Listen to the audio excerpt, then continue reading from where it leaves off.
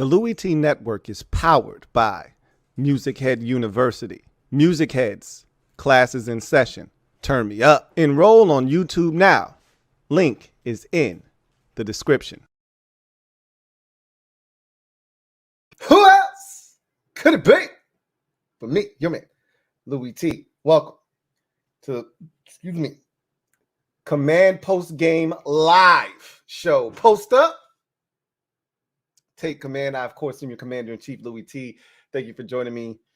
I'm really, really pleased by the outcome of the game because I was prepared to come on here and rant. And I told you I didn't want to do that. The energy that I have for this team right now is not one that should involve me raising my voice, using, profanity that is unbecoming of myself. And that was what I was prepared to do. Had Terry not gotten that last catch and gotten to 1,000 yards, I was going to rant. And it was not going to be pretty, and it wasn't going to benefit anybody, and I didn't want to do it. But that would have been one of the most pitiful performances if we couldn't go into a game knowing he needed 54 yards and get him 54 yards. Now, as much as I would have wanted to blame Eric Bieniemy, Eric tried to get it out of the way early. Sam effed it up. They run this beautiful trick play. Terry's 5 yards behind the defense. If he completes the pass, Terry's got his 4 yards on the first possession of the game and a touchdown, and it's over with. And Sam effed it up. So, again, I want to come up here and be pissed off at EB, but he drew up the trick play to get Terry his 54 yards right out of the gate. Sam effed it up. Now, through the course of the game, could we have gotten the slants and the wide receiver screens and all the shit that we talk? Sure, yeah. But EB's already told us all season long that is not who he is. So why would he change who he is now? That's not who he's been. He gave us what he had at the beginning, and we tried to F it up. And if not for Dallas not converting that last third down, Terry doesn't get 1,000 yards, and it's a different feeling right now. It's a whole different vibe for me right now. I don't have many moral victories left, okay? When you're as down bad as we are and you're just ready for the offseason to get underway and get this shit over with, it ain't too many things that you look forward to. That was the one thing I was looking forward to. One was lose, which I didn't have any questions, any doubts. It was funny. I'm in the MOBB. Shout out to the mob. Y'all know what it is. And we watching this thing together, and they're nervous. And I'm like, you're nervous for what? Nervous for what exactly? You've watched this team all season long. Did you really think we were going to win today? Oh, I got some feeling they're going to – this ain't what it used to be, okay? This is the worst team we've seen put on the football field since 19. What are you talking about? We weren't going to win today under any circumstances, period. So I just laughed at them like, what are you guys nervous about? Oh, my God, they're going to do it. They're going to beat that. Beat who exactly? We couldn't even beat the Jets. We couldn't even beat the Jets with Trevor Siemian at quarterback. Who the hell do you think we're going to beat? Seriously, wake the hell up. This game was never in question. I just didn't want to give up 40 today. I didn't want to give up a 40 burger. I'm glad we didn't do that. We were a Dak Prescott slightly off from Brandon Cooks' incompletion away from giving up 5 touchdown passes to that stinking ass bastard. 5 mother effing touchdown passes. Luckily enough, he actually missed one. And we caught a damn break. All of y'all celebrating and gallivanting about 4-13 and getting the number 2 pick overall. I'm happy we got the 2nd pick. But this shit isn't fun. Too many of y'all are enjoying yourselves just a little bit too much. Just a little bit too much. I would have been much happier had we lost this game 24-20. Showed some fight, some resolve. Nah, not going to happen. I'm not happy about getting my ass whooped 38-10. That shit doesn't brighten my day. A loss is a loss, whether you lose by 1 or 41. I'd rather lose by 1 than 41. But it doesn't matter. It's over. We made it to the finish line. Damn it, I wasn't sure if we were going to make it to the finish line in the manner that we needed to make it, because the Jets scared the shit out of me, but we managed to blow that one because that's who we are. And we finished this season on an 8-game losing streak. We finished with the worst record over the final 2 months of any team in the league, but we made it to the finish line. And changes are coming. And we will start this thing anew. And we will have a chance to be like everybody else. At the end of the day, that's all we ever wanted, was a chance to be like everybody else. Okay, right? We just wanted to be able to be like everybody else. Look up and say, hey, we got a shot. Why not us? A long road is ahead of us. And a lot of tough decisions have to be made. But one thing's for sure, the decision that they'll make tomorrow, not a tough one. Move on from Ron and all of his cronies, clear house, and start this thing anew. And that journey starts tomorrow. The number is 1, guys and gals. The number is 1.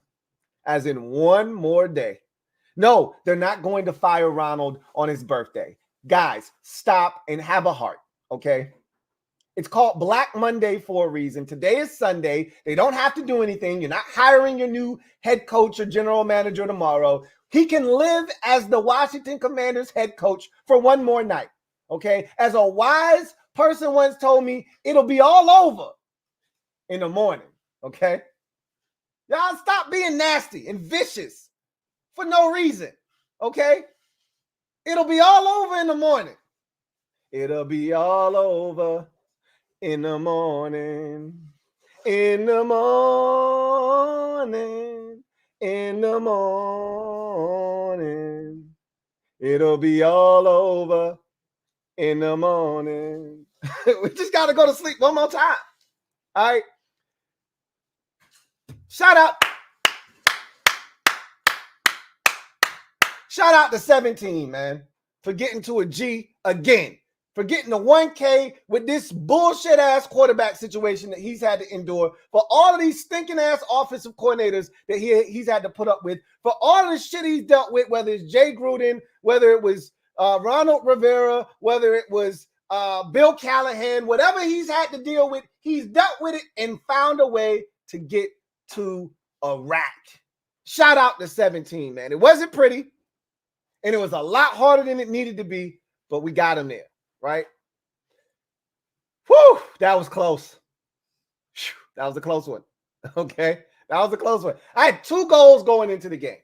Lose, which that was never in question. Okay? Never in doubt for me. I knew they weren't going to win this game. You know who we are. You've watched all season, which is why I was befuddled, puzzled. I was very quizzed.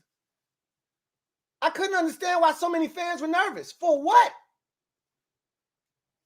You've watched this team. Do you really think we're going to beat Dallas? You're right.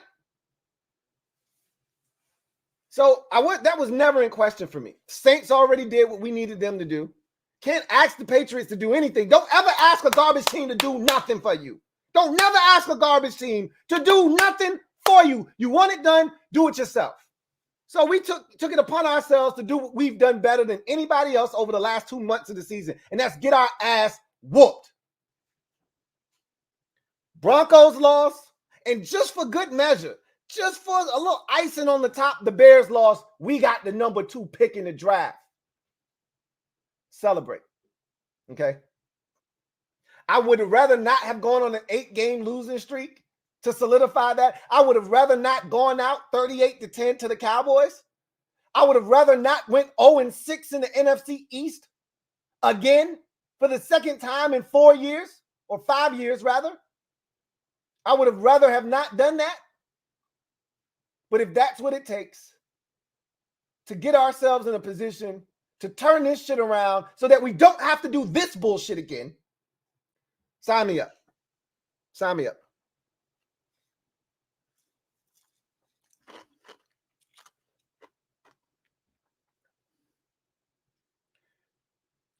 me say something about today's game, because there's not a lot. I'm not going to talk your head off about today's game. It's not much to say. We did what we were supposed to do. You lose the game 38-10. Season's done. We can get to the offseason now. We know change is coming. It's not a matter of if, it's when. I expect it to be tomorrow, and I expect the process to start tomorrow. But let me just say this. Eric Bieniemy went into his bag of tricks. Last time I checked, is a wide receiver screen a bag of tricks? Jahan Dotson touched the ball, 3-4 times a day? Is that hard to do? Throw the wide receiver screen to Jahan Dotson? Is that hard to do? The little cute little, option to Sam to throw to Terry that should have been a touchdown. Why you ain't do that shit when we had a chance to actually have a season? Why you wait until week 18 when the shit is over with to pull that out of your damn bag?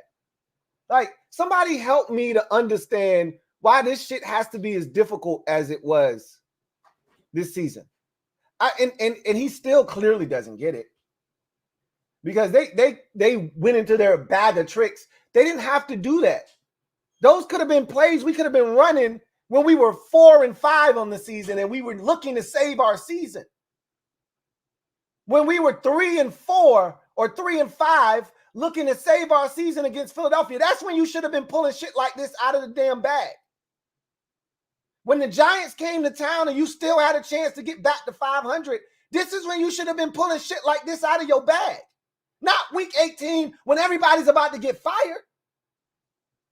Jahan Dotson on a wide receiver screen, it took you 12 weeks to figure out how to get number one, a target? And what'd he do with it? Like 16 yards? It took you that long to figure out, hey, I can get Jahan an easy target with a screen. You don't say. You don't say. Huh? It took us 59 minutes to get Terry McLaurin 56 yards. You couldn't have thrown the man a slant? Just one slant. We got the wide receiver screen. We got two of them, as a matter of fact. You couldn't have thrown the man one slant? Just one.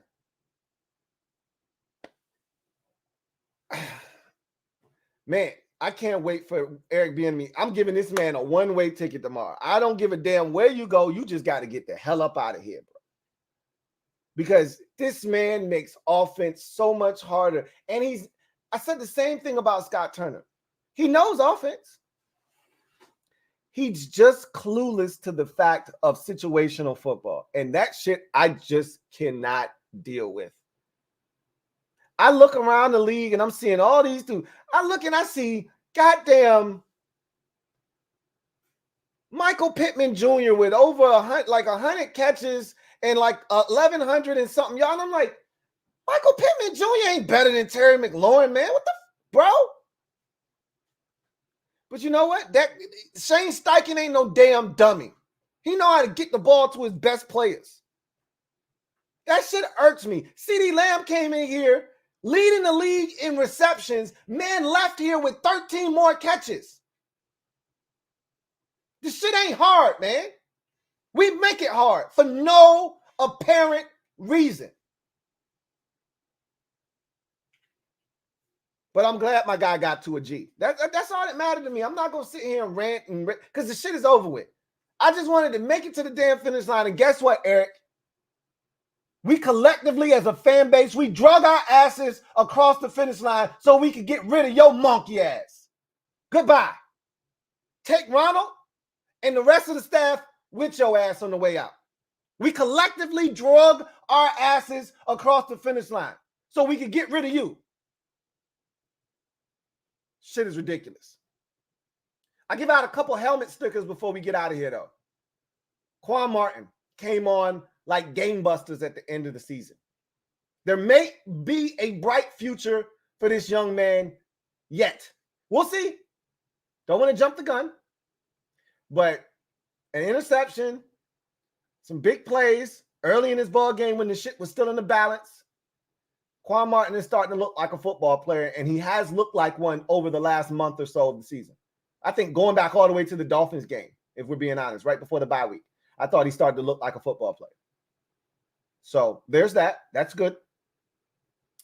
Harris, the kid we got from the Bears practice squad, the defensive end, had the batted ball that was intercepted by Quan Martin, had the blocked field goal. We streak breakers in this bitch. What I tell y'all? Don't bring no mother effing streaks around here you don't want broken. That's what we do. We break streaks. Oh, Brandon Aubrey, most kicks to start a career without a miss, shit's over with. Get that goddamn streak out of here. As a matter of fact, that man missed 2 field goals today. Yeah, he hit the last one. We might have just started some shit. To be continued. I'm going to just leave that there. To be continued, ... If his ass miss a kick, and I told my dad, I told boss, when y'all need him the most, he going to miss a mother effing kick. We might have just started that shit. And Green Bay might do their ass like they always do. Come into that bitch. Jordan Love goes in there and spreads the goddamn love. Walks out of there with a dub. And Brandon Aubrey misses the game-winning field goal. And everybody goes home happy. We might have just started that shit. Good game, Harris.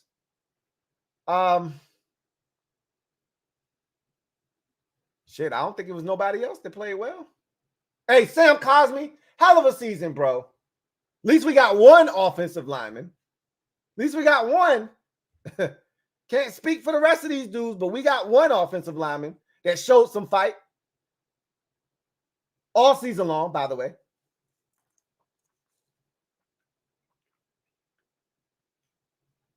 And I'll just say, he did fumble today. But Brian Robinson Jr., we got ourselves a keeper there too. We got ourselves a running back. A guy that can be a difference maker. Just need to add some speed to go with his power and physicality.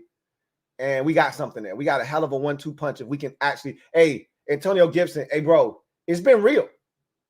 Appreciate everything you've done. Peace. Go get us a real speed back. That man has already admitted, if I had to do it all over again, I would stay at receiver. You know what? You're not wrong. Go get us a real speed back. Complete that running back room, and let's go to work. Anyway, I digress. And you know what? I see y'all talking about this real quick.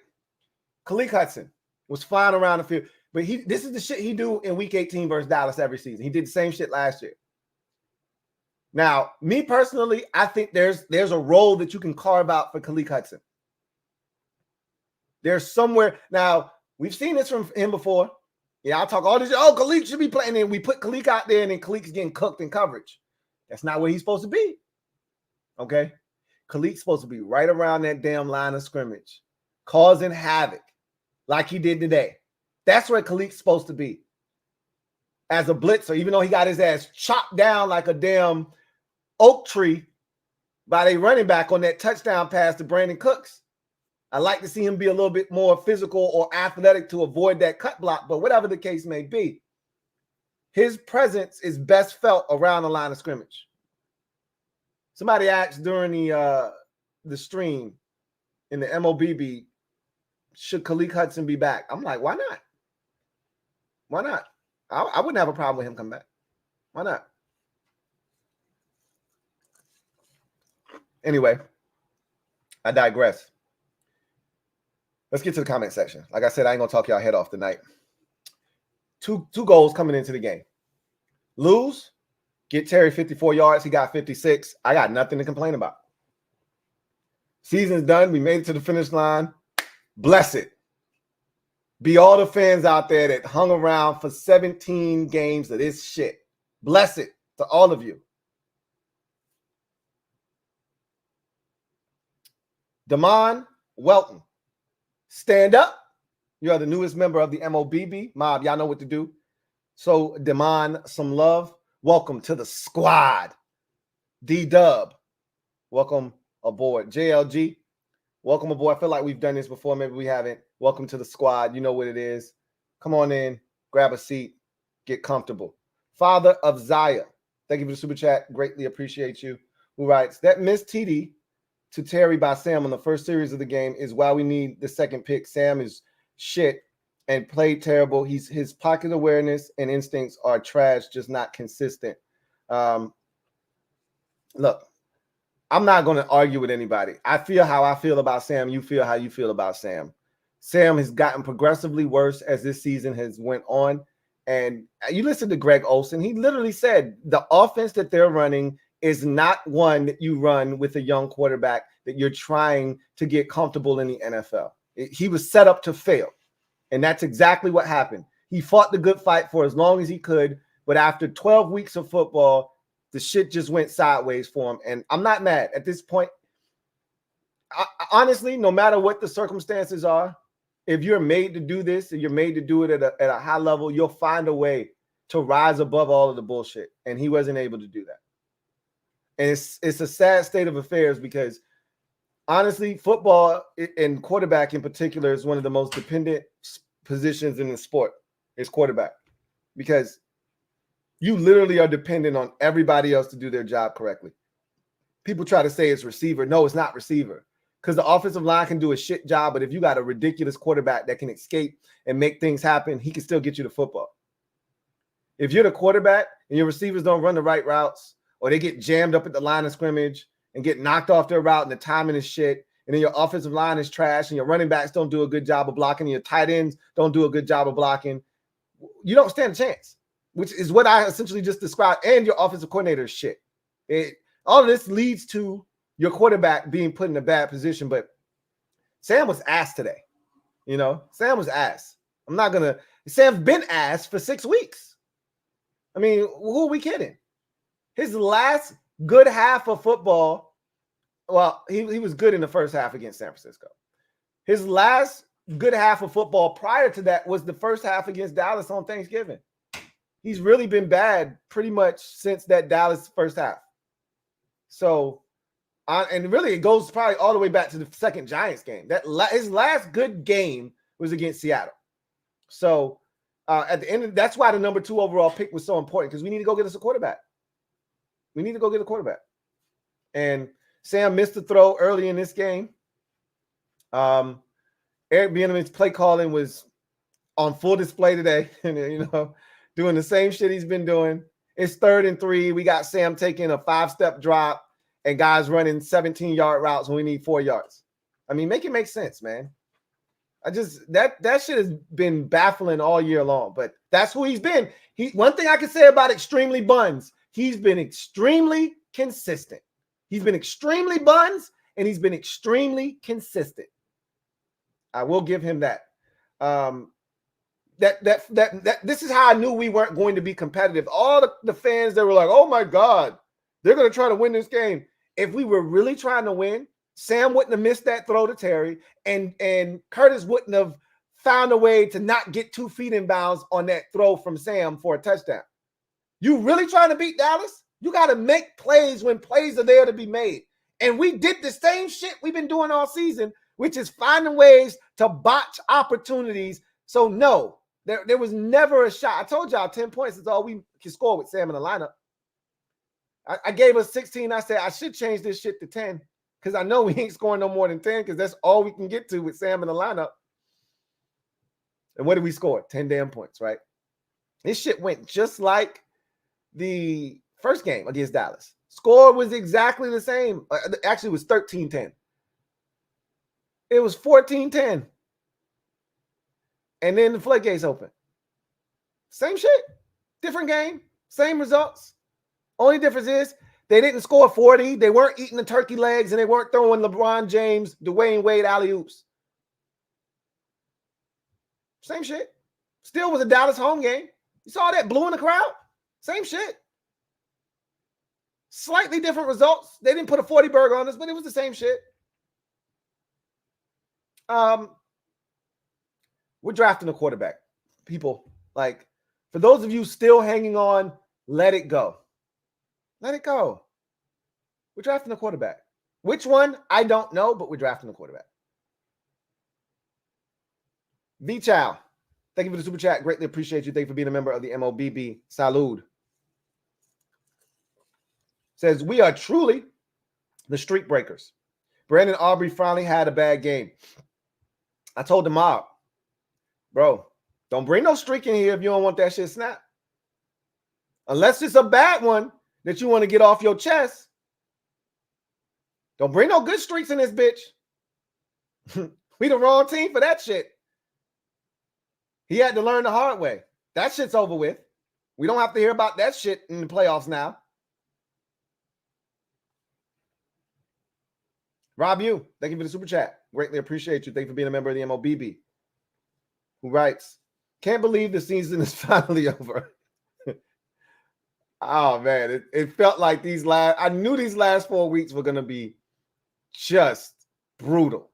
You know, that bye week came and I was like, bro, we got 4 games after the bye week. And I'm telling you, these are going to be the 4 longest games that one can imagine. But we finally here. We made it to the finish line. We collectively drug our asses across the finish line. Hell yes. Why did it take 17 weeks to see EB be creative with play calling early? Shaking my damn head. You can't make this shit up, man. You can't make this stuff up. EB goes in. They had fun at practice this week.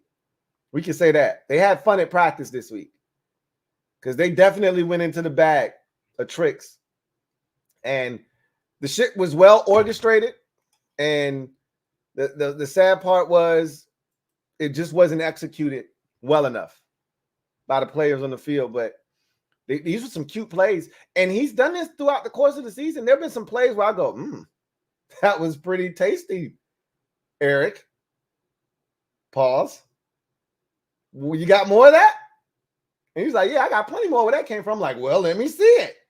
He's like, nah, I think I'm going to wait till week 18 when we on a 7-game losing streak and we 4-12. I might show you a little bit more then. I'm like, what? Make it make sense. He's like, has anything I've done this season made sense? I'm like, no. He said, okay then. Touche. Trevor Patch, thank you for being a member of the MOBB for 26 months. Right. Okay. It's okay, y'all. I'll take my double O's with Cole Kelly being better than Sam Howell. Buckle up for the 3-year rebuild. I'll be here with you. Fire. It's finally over. Hashtag finally over. Yes, we have finally made it to the end, mercifully to the end of the Ronald Rivera era. We can sleep well tonight knowing that we will wake up tomorrow morning. It's like Christmas. We will wake up tomorrow and there will be all of these gifts under the tree. And old Saint Nick would have delivered again. We'll wake up tomorrow and the news might not be there first thing in the morning. But it won't be too long thereafter where we'll hear that Washington has fired head coach Ronald Rivera. We will move on. And from that point forward, we will start the search. Let the games begin. I'm ready. Been ready. Farrah Cody, thank you for the super chat. Greatly appreciate you. Writes Terry, Cowboys let Terry get it. LOL. Who saw it? It did seem a little like I first of all, they weren't aware. They didn't know how many yards Terry needed for 1,000. They had no clue. They had no idea how many yards he needed to get to 1,000 yards. They just knew that the game was over. They weren't expecting a quick throw. They had a bunch of backup bums in the game at that point. And had they known, like they're not friends with us. You think their goal in life is to allow a good guy like Terry McLaurin to have a chance to get to 1,000 yards? No, they don't give a shit about Terry. They don't give a shit about us. They would have rather not let Terry get to 1,000 yards. So for me, it looked like they let him. They trust me, they didn't. They just didn't know. They had no idea that he needed 13 more yards to get to 1,000. So we knew that. They didn't, and we took advantage of that. Got it to him quick, and he was able. And I was, man, you should have seen me. I stood up and cheered like we had just made it to the playoffs. I jumped out of my seat, raised both my arms, started clapping. My wife was like, "What happened? What's going on?" She's like, "What you so excited about?" I said, Terry got to 1,000 yards. And she looked at me like, Negro, sit your ass down. That's the look she gave me. But she didn't know how much that meant to me and to a lot of you out there. Like, that meant way more than it probably should have. But when you ain't got shit, what did I tell y'all before? I've been telling y'all this for years. When you ain't got shit, you hold on to the little that you do have tight. We ain't got shit here. So we hold on to the little bit of shit that we do have. We hold on to it tight. Terry's one of the few things we have here that's actually good. Just like a lot of y'all used to hold on to Ryan Kerrigan oh so tight at night, like your favorite pillow. He wasn't my favorite. He was a lot of your favorites, but we ain't have shit. So what do? You grab on the 91 tight and you say, hey, you better not talk shit about Ryan Kerrigan. That's what you do. I ain't mad at y'all. I ain't glad at y'all, but I ain't mad. I get it. Well, Terry's my guy. And I wanted him to do something no other Washington player has ever done in this organization's rich history. Have a receiver go over 1,000 yards 4 consecutive years. Should have been 5, but it's 4. And he's getting into that elite company. And I wanted to continue. And it happened. And I'm not apologetic for it. I don't care how trash it looked. I don't care that he barely made it. He made it. When it felt like a sabotage from within. He still made it.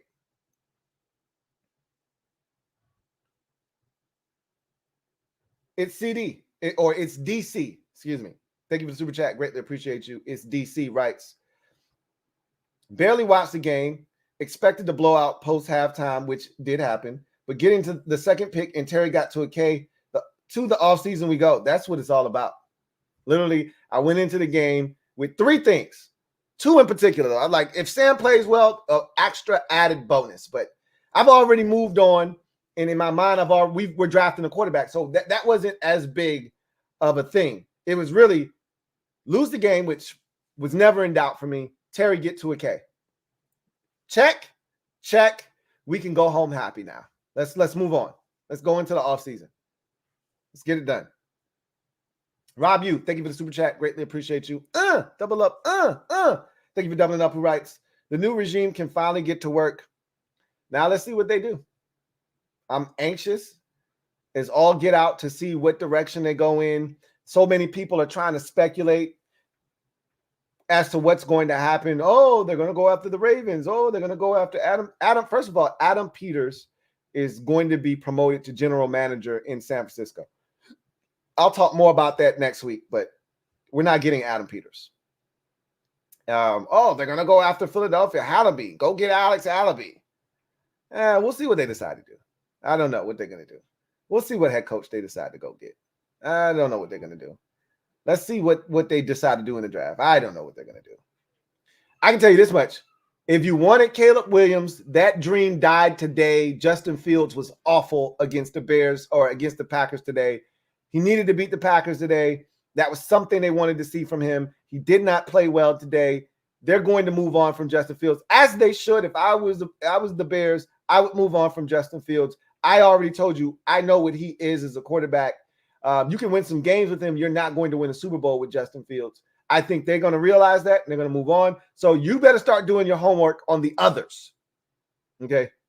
That whole Caleb Williams pipe dream that lasted for all about a week or so for some of you, I'm going to just tell you right now, and I'm trying to be nice. I don't like to be a dream killer. But I'm just telling you, wrap that shit up. Wrap it up. Okay? Start looking at Drake May, and Jaden Daniels, and Michael Penix Jr. Hell, you get an up-close and personal look at Michael Penix Jr. again tomorrow night. But that Caleb Williams shit is over with. Bring him home dead. Dead, I tell you. This is 2020 all over again. We got the second pick. We want the number 1 overall pick because we want to take Joe Burrow. And the team with the number 1 overall pick is like, bro, get the hell out of our face. We taking Joe Burrow. We want Caleb Williams. The team with the number 1 pick in the draft is like, bro, get the hell out of my face. I'm taking Caleb Williams. Figure this shit out. We'll see what happens. It may actually end up being a blessing in disguise. I've already told y'all why it could be that way, but we'll see. The key is get it right. Just get it right. Chaotic. Thank you for the super chat. Greatly appreciate you. Who writes, it's over, Lou. It's over. And the only reason I was watching for 54 damn yards. We'll be watching a college game for the first time for MP Jr. Hey, they made sure your ass stuck around for the entire game, didn't they? You were watching for 54 yards. They made you watch for 59 minutes and 37 seconds to make sure your ass ain't go nowhere. You want these 54 yards? Well, you're going to watch this whole entire goddamn game to get them. They got your ass, Chaotic. You thought you was going to be able to peek your head in. It could have been over on the first possession of the game, and Sam was like, no, sit your $5 ass down before I make change. You're going to watch this whole entire game against your will, whether you want to or not.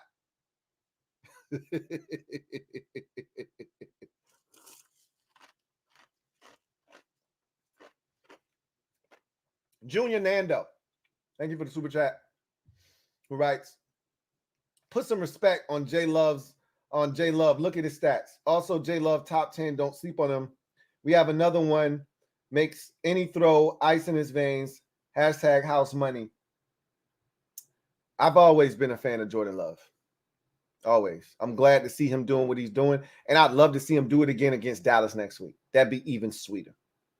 Continue the tradition of Packers quarterbacks beating Cowboys teams. That'd be awesome. Alexander the Great. Thank you for the super chat. Greatly appreciate you. Writes, hit the like. Y'all heard the man. Hit the like button. Don't cost you a thing, but it helps tremendously. Video channel. Thank you for the super chat. Greatly appreciate you. Thank you for being a member of the MOBB, who writes, rank this regime. Turner, Shoddy, Spurrier, Gibbs 2.0, Zorn, Shanny, Gruden, Ron. A new future starts tomorrow with Josh Harris, everyone.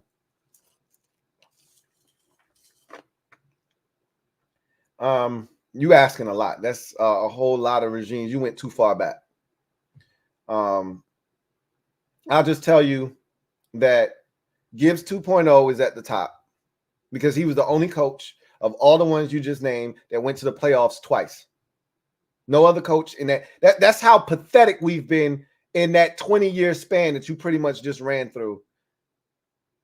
That's the only coach that went to the postseason twice out of all of those coaches. North Turner was here longer than any of them, and he only went once, and that was in 99. Shoddy never got a shot after finishing up strong in his lone season. Spurrier was ass from start to finish. Gibbs 2.0 is at the top. Zorn was awful. Shanny, Gruden, Ron. So it'd probably be Gibbs 2.0. Then it would probably be, I know that sounds crazy, but it's probably going to be Gruden, right? Then it's probably Turner, even though that was ass for most of his time here was ass, but that's when you actually gave coaches a chance to prove themselves and didn't fire them, 2-3 years in. Turner would be third. Shanny would probably be fourth. Shoddy would be fifth. Ron would be sixth. And then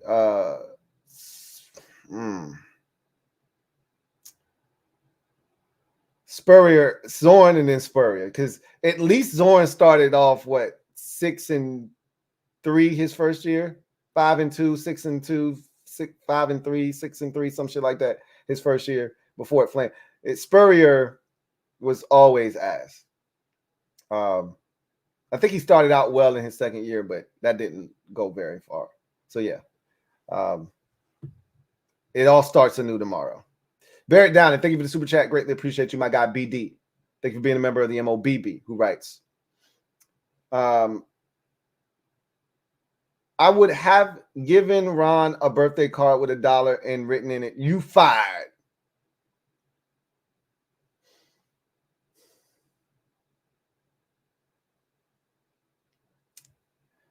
You know what? I changed my mind. Sorry.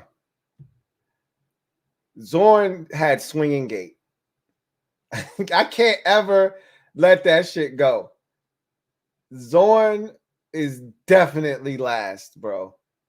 I would put Spurrier right in front of Zorn. Those Spurrier teams fought.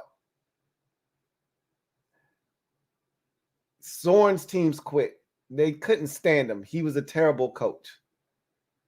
No, Zorn's dead last. I'm tripping. I'm just thinking about Swinging Gate. And I'm just thinking about all the stories that I've heard from Santana Moss and Chris Cooley and Clinton Portis and all those dudes. And I'm thinking about Chris Horton had the sesamoid, right? Like, this dude was a clown. Zorn's at the back. He's definitely last, without question. Y'all are so heartless. Ron is a lot of things. He's not a bad dude. I ain't firing him on his birthday. It's not necessary. What's the difference between firing him today and tomorrow?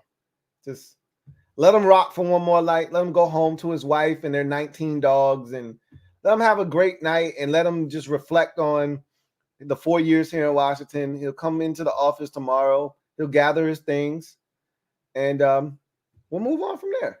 Like, y'all stop being so damn ruthless.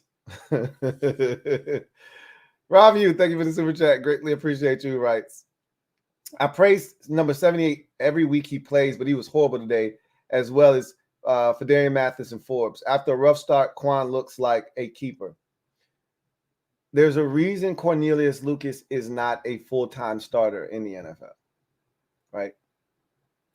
I've acknowledged that, but I still thought he was better than Andrew Wiley, which is why I said they should have gone to him sooner. Now, do you want Cornelius Lucas protecting your left side? Probably not, but I put him at right tackle in a heartbeat. Put him at right tackle in a heartbeat. He was not good today. That is correct. He was not good today. I agree.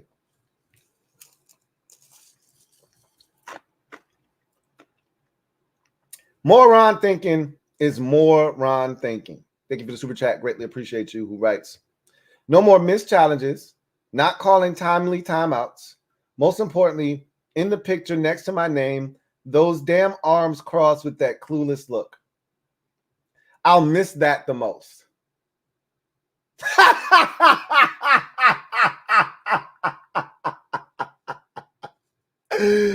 I'm just bullshitting, man. I can't wait to see that shit go for the goddamn sidelines. Gotcha! Psych! Yeah, that shit. Look, that was probably the most stupid thing to be upset at as a fan. It was the dumbest shit we would get mad. But when you are fed up, and this applies to any situation in life. When you fed up, you start finding the littlest shit to pick at, right? Like I was watching the Falcons and Saints game, right? And at the end, the Saints got the football at the 1 yard line, and the game was over. It's 41-17. They could have taken a knee. They were in victory formation, and it's a heated rivalry, right? The Saints can't stand the Falcons. The Falcons can't stand the Saints. So what happens? They get in a victory formation, and they hand the ball off to Jamal Williams, and he scores a touchdown with like 40 seconds left, when all they had to do was take a knee and the game would have been over, right? So obviously, they're rubbing it in your face. And the likelihood is Arthur Smith is not going to be there next year to do anything about it. So he's probably more upset that his garbage-ass quarterback, Desmond Ridder, had another shitty game and missed a bunch of throws that would have given them a chance to win. But instead, they're getting their ass handed to them, and they're going to finish the season up at 7-10 and miss the playoffs, and he's probably going to get fired. But now I got to find a reason to be mad. So what I'm going to do, I'm going to be mad about you scoring that last touchdown. That's the equivalent of the South Carolina State coach being upset that Florida ran it up 89-14. You don't want me to score, stop me. Simple. I never get mad when the other team runs it up on my ass. You don't like it, stop it. You don't like it, stop it. That's us, right? We pissed off about not calling timeouts when you're supposed to, kicking a field. Like today, for instance, you going for it, like, this is it. Balls to the wall. This shit is over, bro. This mother effer trots out Joey Sly on 4th and 3. First of all, if you've been watching all year, did you think anything else was going to happen other than him trotting Joey Sly out there for a field goal? One thing I can say about Ronald, he understood the assignment. He understood, because if he really didn't understand the assignment, he would have just been like, what's a 4th down today? What's a 4th down? Anything under 5 yards, what's a 4th down? They make those? Because we going for the shit. What's a 4th down? Anything on the plus side of the territory, 4th and 5 or less, what's a 4th down? That's what would have been my mentality. I'm going out, guns blazing. To hell with all of that shit. They're going to score 37 or 40 any damn way. Well, shit, I'm going to try to get my shit off. Old Ronald, though. Nah, going to kick this field goal because that's going to get us to 10 points. Yeah. I can't. That damn look right there, that thumbnail of Ronald with his damn arms folded, looking like a goon, that can't leave our sidelines fast enough. That should be the last shit that irritates nor bothers us. But that, to me, is one of the indelible images from the Rivera era that will stick in the minds of all of us. When you think of Ronald on the sideline, that's the look. That's the look. As he's going for an extra point when we got a chance to beat Philadelphia with a 2-point conversion and got him on the ropes. That's the look. When he's kicking a field goal against the Bears when we should be going for the 4th down conversion. That's the look. When he should be going for it on 4th down versus the Giants in the first game, kicks the field goal and it gets blocked. That's the look. Because that's Ronald Rivera. Solo Visions. Thank you for the super chat. Greatly appreciate you. Who writes, Emmanuel Forbes has to be one of the worst draft picks we've ever made. It's too early for that. Y'all know how I am. I'm a little sensitive when y'all start throwing the B word around on the youngins. Look, was his rookie season impressive? No, it wasn't. But I've watched way too much football, and I've seen too many players come into this league who struggle early on that go on to have really good NFL careers to be down on this young man. Y'all got to stop that shit, man. Seriously. Like, y'all, if y'all had it y'all way, y'all would have ran Quan Martin out of the league in the preseason. Y'all got to stop that shit, man. Emmanuel Forbes may turn out to be absolutely everything that y'all said and that y'all are saying.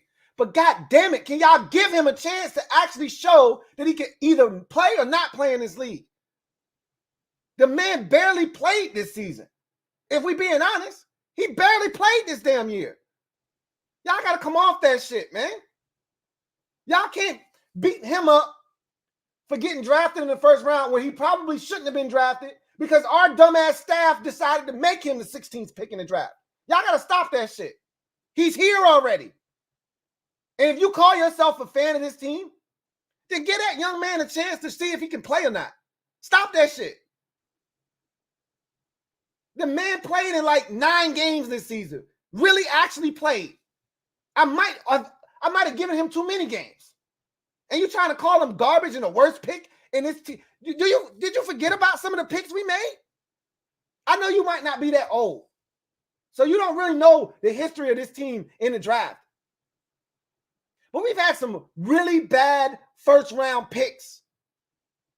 None tops Heath Schuler. So, bro, like, I didn't even get to the rest of your super chat. Y'all got to stop that shit, though. For real. Seriously. He already here. You can't take the pick back. Let's just see what the hell he can do, right? New coaching staff comes in here. He might actually turn out to be really good for somebody else. Duke gets beat all the time, misses tackles, and still talk shit whenever he makes a play. He's been locking receivers all year. Trash. You're not wrong about all of that shit because if you're playing corner, that's one of the positions that requires you to have selective memory. On to the next play. You're going to get beat at the cornerback position. You're going to give some shit up. But if you ever lose that edge, if I'm not locking you up after a play, then you might as well go sit on the sideline. Go what? If you're not watching other teams around the league, then you almost are not allowed to comment. Because if you think that's Emmanuel Forbes only, if you think that's exclusively Emmanuel Forbes doing that and nobody else doing that around the league, I got another thing for you. Because that's what all corners do. Even the ones that's getting cooked. Look no further than across the field to Benjamin St. Juice. You want to give somebody some smoke? Give that shit to Juice. We didn't seen enough of that shit. You want to give somebody some smoke and you want to call somebody a wasted pick? Then look at 25. Put all that energy over there. We've given him enough time to show that he can play. And he's exactly what I thought he was coming out of Minnesota. You want to give somebody some smoke? Get to him. Y'all got to cut this shit out, man. Man barely played this season. And look, it ain't been pretty. I will grant you that. It's a lot of shit that won't pretty this year. A lot of shit that could have been a lot better. And I'm not saying it's you, but it's people like you that's talking shit about Jahan Dotson this year. Guess Jahan can't play football and he's trash too this year because of what happened this year. I guess that's the case too, right? Like, y'all gotta cut that shit out, man. Like, I don't know, man. I'm probably wasting my time, preaching to some of y'all because it's in one ear, out the other. But y'all gotta stop that shit, man. That's like me coming to your job after you've been there for 6 months and your ass been in and out of work, had shit going on, the performance been sketchy at best. And I'm like, yo, he can't do it. Now, you know what? 6 months is too long because at your job, 6 months is probably more than enough time to evaluate whether you're a good worker or not. 6 weeks. You've been there 6 weeks and you've been missing work here and there. And I've already evaluated you enough to say, hey, he can't do this shit. It's a complex job, but he can't do this shit. Like, come on, man. Seriously? That's probably still too much damn time for some of y'all. 6 days. That's what it amounts to. 6 days. Swaggy P. Thank you for the super chat. Greatly appreciate you. Thank you for being a member of the MOBB. My guy, Swaggy P, writes, it's finally over. Number 2 pick secured. Yes. Terry 1K for the 4th straight season. Yes. The biggest offseason in team history starts tomorrow. Yes. Also, time to watch the Cowbums and Sheagles to choke in the playoffs. Yes. On to the offseason. Hashtag HTTC. Indeed. Swaggy P. Indeed. It's over. Whew, it's been a long ride, but we got here. We made it to the finish line. And the Eagles ended in about the worst fashion that you could possibly end. I don't know how they managed to win at Tampa, but they're probably going to win. Baker Mayfield is all kinds of banged up. Jalen Hurts effed his finger up today. I don't know if you guys saw it, but that's the most hideous finger I've ever seen. He couldn't put his middle finger down. And there was this big lump in the middle of his middle finger. That shit was like swollen. It was nasty, bro. It was nasty. I don't know if y'all got to see that shit, but it was nasty. A.J. Brown looked like he injured his MCL. I'm no doctor. I did not sleep at a Holiday Inn last night, so I can't tell you what he actually injured. But he left the game. He did not come back, and he was grabbing at his knee. It looked like T.J. Watt yesterday. I'm telling you, my guess is it's an MCL. That's my guess. If he can't go next, and if you got an MCL sprain, doesn't matter the grade, you ain't playing next week. He can't go. They're already down Devontae Smith with an ankle injury. He probably may try to go next week. He may not be able to go. They're in trouble. Hurts is banged up. A.J. Brown is banged up. Devontae Smith is banged up. They in some trouble. And the Cowboys got their shit together on us, but they still trash. They still ass. And I don't think they fixed a mother effing thing. I'm looking forward to this shit being over nice and quick for both of those teams. So I told both of them, your shit is over before MLK Day. I told both of them that. Your shit is over before MLK Day. I feel confident about that. Zoe Live, No Life. Thank you for the super chat. Greatly appreciate it. Thank you for being a member of the MOBB. Who writes, Bear down, Fields is done, Eberflus is done. Eberflus, they both of them, I think, needed a strong showing tonight, and they didn't get it. So I do think both of them are probably done. You're probably right. Probably right.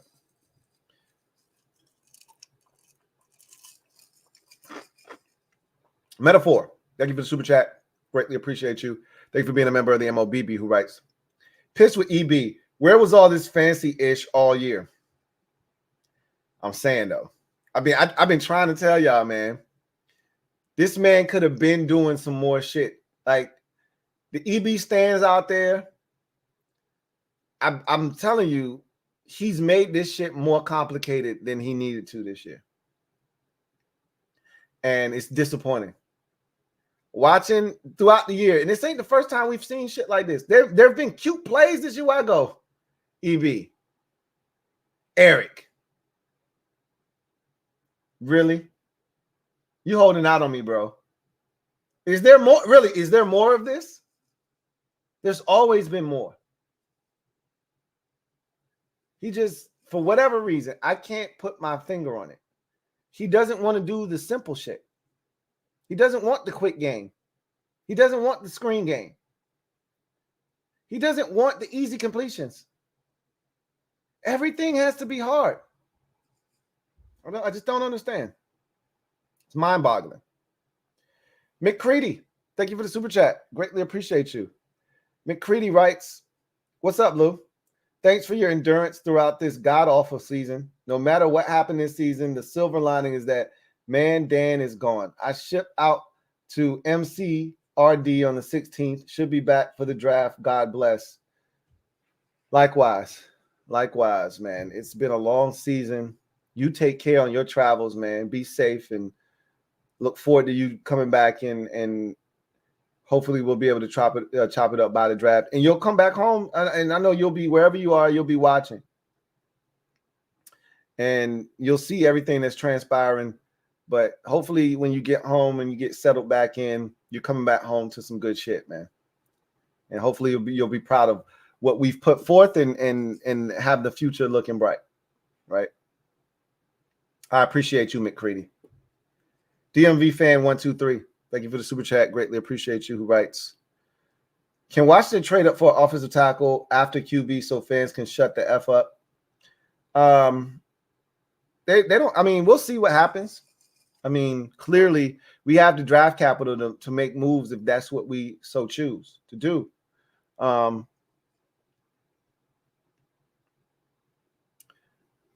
question is,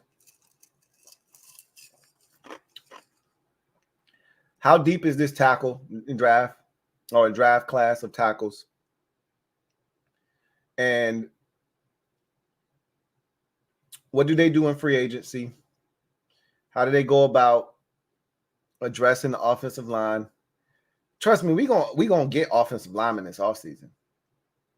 It ain't about if we're gonna do it, it's how and when and how many.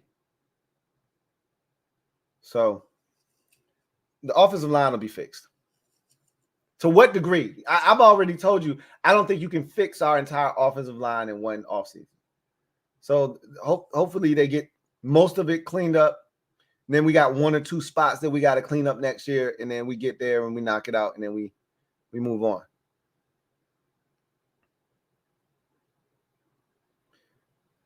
John Cedillo, thank you for the super chat. Greatly appreciate you, my guy. John writes, what's up, John? Just wanted to say happy belated New Year's, and here's to new beginnings with you and your team, and well wishes to you and your family. Likewise, John. And you, my guy. I wish I had nice things to say about your team, but I don't. And you know that. But I do have nice things to say about you and your family, and I wish nothing but the best for you and yours in 2024. I hope all that you have in store in 2024 comes to fruition, and it's executed beautifully, and that everything that you have in store goes exactly the way that you have drawn it out. And thank you so much for the support, man. You've quickly become one of my favorite Cowboys fans to chop it up with. And congratulations on winning the division as well. I will say that. You guys did earn that.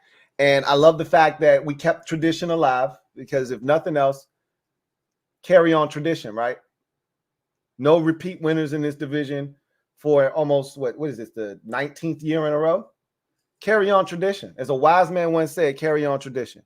That's what we're doing. And that's what we're going to continue to do. As long, I would love to be the one to carry on tradition next year and jump in there out of nowhere and win that bitch next year, but highly unlikely. But we carried on tradition for another year, and that's all I can ask. Haval, thank you for the super chat. Greatly appreciate you. Haval writes, the good, number 2 overall pick, Quan, and Terry gets franchise record. The bad, Howell today. The ugly, the Pats and Cards losing, thus worst picks in rounds 2, 3, 5, and 6. Pick. What you forgot to mention in the good column is the Bears loss. So that improves our pick in the second round, right? The second round pick that we have. But yeah, I mean, I ain't tripping about picks in the 2nd, 3rd, 6th, 5th, all that. Just having 5 in the top 100. We're going to trade Jonathan Allen. I've been adamant about that. That's going to add another 2nd round pick. You're going to have all of this draft capital, all of this cap space, all of these resources. Let's just see what they do with it. Wherever these picks may fall, wherever they lie, let's just see what they do with it.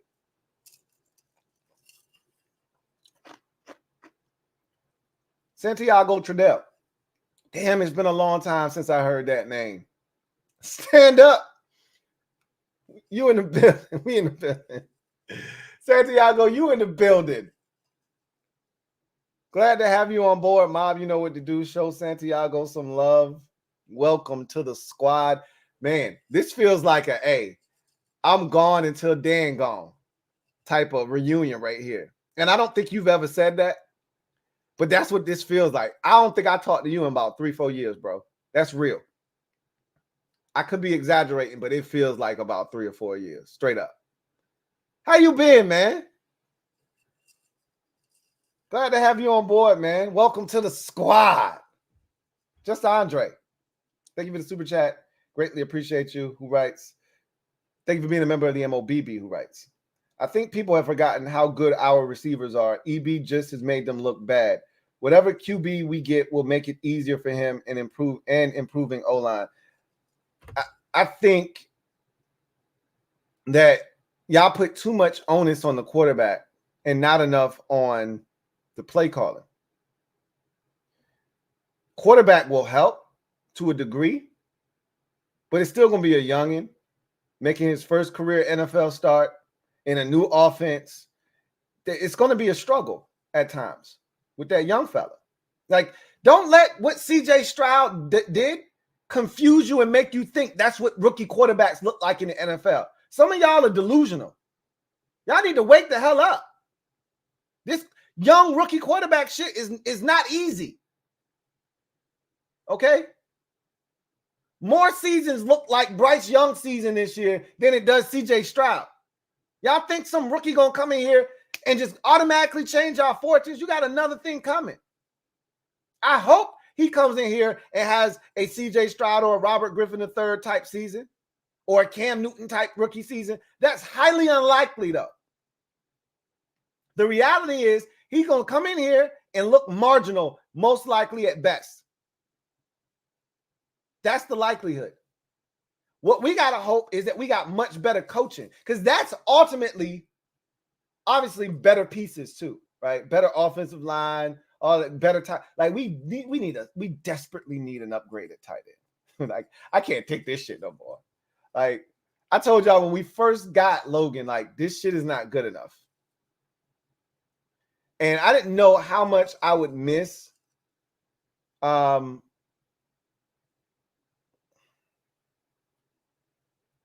what's the name of the tight end that got hurt? Y'all help me out. What's the name of the tight end? Because I can't think of his name. I had no idea how much I would miss him this year until I looked at our tight ends and saw absolutely zero athleticism and said, damn, we ain't got shit. Amani Rogers. Thank you, Jay. Amani Rogers. I didn't know how bad I was going to miss him. He was the one inkling of athleticism we had at the tight end position other than Cole Turner, and they refused to play him. I don't know what Cole Turner did to this staff. And it wasn't just this staff. The last staff refused to play Cole Turner. I gave an excuse and a pass to the last staff because he was still making that transition from wide receiver to tight end. But I'm like, God damn, he can't even be active. We got Logan Thomas, who's as slow as a snail. And we got John Bates, who is as fast as a snapping turtle. And Cole Turner can't find the field in any capacity. He can't even be active on most game days. Are you effing kidding me? We can't clean up the tight end position fast enough, bro. So I'm looking forward to drafting somebody next year. Anybody. Armani comes back from injury. You draft another dude, and let's go to work, man. Let's infuse this tight end position with some athleticism. A young quarterback's best friend is the tight end. We need one. We need one bad.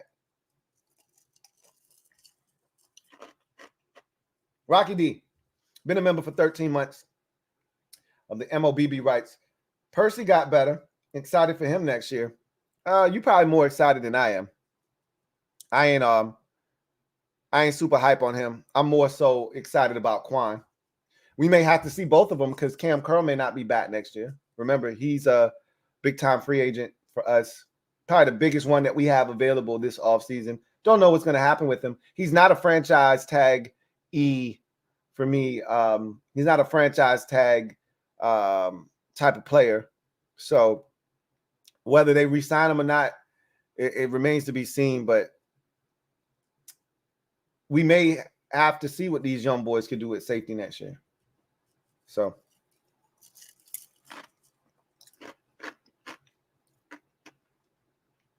V Chow, thank you for the super chat. Greatly appreciate you. Double up. Thank you for doubling up. Who writes, really disappointed with Dotson. 16 games, 47 catches for 500. Regression, and EB didn't do him any favors, hoping for a big body receiver in the offseason. We need a big receiver.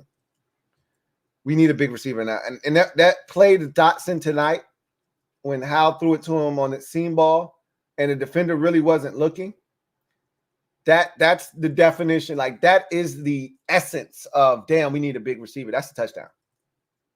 You know, if that's T. Higgins or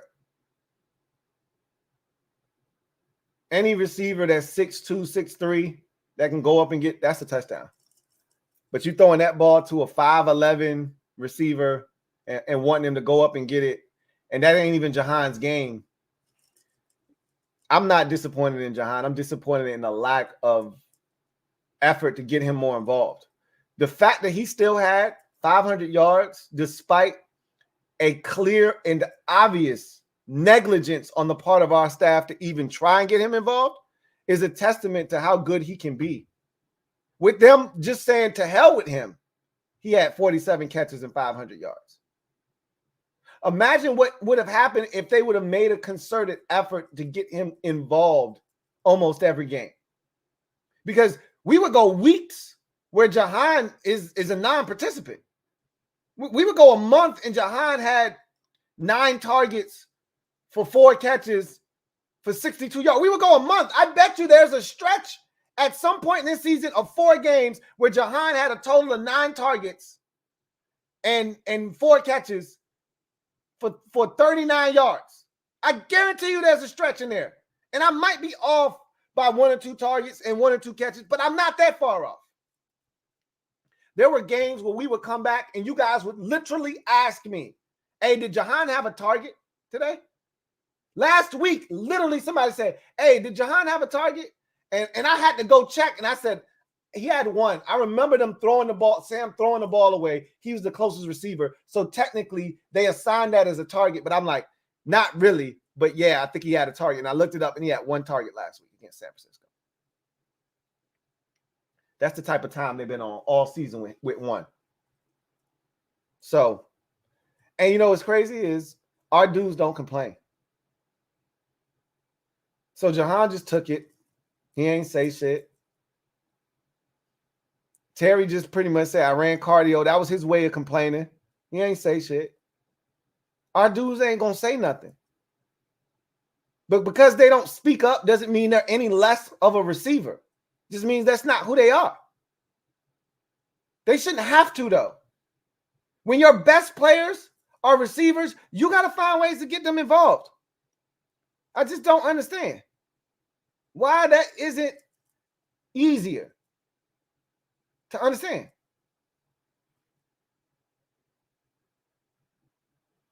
We need a big body receiver, but that has nothing to do with Jahan Dotson. We just need a big body receiver. All our receivers are the same size.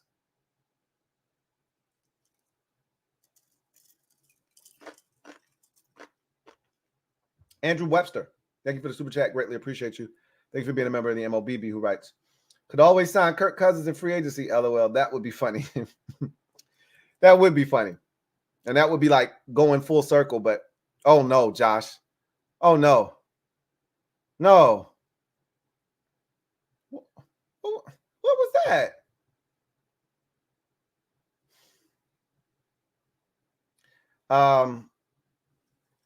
He's not coming here. I think he's going back to Minnesota personally, but we need a quarterback. That's for sure. Yeah, he caught that. What the hell, Josh? HTTR for life. Thank you for the super chat. Greatly appreciate you. Thank you for being a member of the MOBB, who writes, it's finally over. Let's hope for a better future. That's all we can do. I'm excited about the future. I'm expecting it to be better. And I think it's going to be bright. I haven't been more excited for an offseason than I am this year. And I can be honest with you. I don't know what the future holds for this organization. I don't know who they're going to select is. I don't even know what the organizational structure is going to be. I've been guessing and trying to predict and projecting all offseason. I told you, or all season rather, these last 6 games or so. I told you that I think we're going to have a team president that presides over the GM. I told you who I think the GM is going to be. Told you who I want the head coach to be. Don't know who I want as the quarterback. I got homework to do. We'll see which one of these guys emerges for me. I don't think I love any of them, and I've watched all of them play in games, so I'm familiar with their work. I'm not smitten by any of them, but we got to pick one of them. We got to do something. So all of these things will take place, but here's the thing that's different. Can't stress this enough. We're under new management. No more Daniel Snyder. This shit is going to be run the right way. We're going to actually put people in charge with football brains who aren't retreads, who are going to be a breath of fresh air, whether they're right or wrong, whether they're going to do a great job or not. Guess what? We're going to go on that ride with them together. And I'm excited for something young, fresh, and new. For too long, the air has been stale here in Washington. We've gotten so accustomed to this stale air, we don't even know how to act when we get fresh air, when we get some clean shit. We finally are going to be able to breathe clean, fresh air this offseason. It starts tomorrow. We get rid of the stale funk and we start anew. And we can take this deep ass breath and exhale for the first time without any toxic air coming out of our lungs. No toxic oxygen going in and no toxic carbon dioxide coming out. All of this shit is clean. Clean oxygen going in, clean CO2 coming out.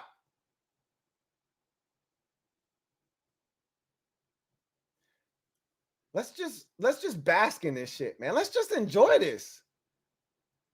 This could be the start of something beautiful. Or not. Either way, let's just enjoy this shit. We earned this.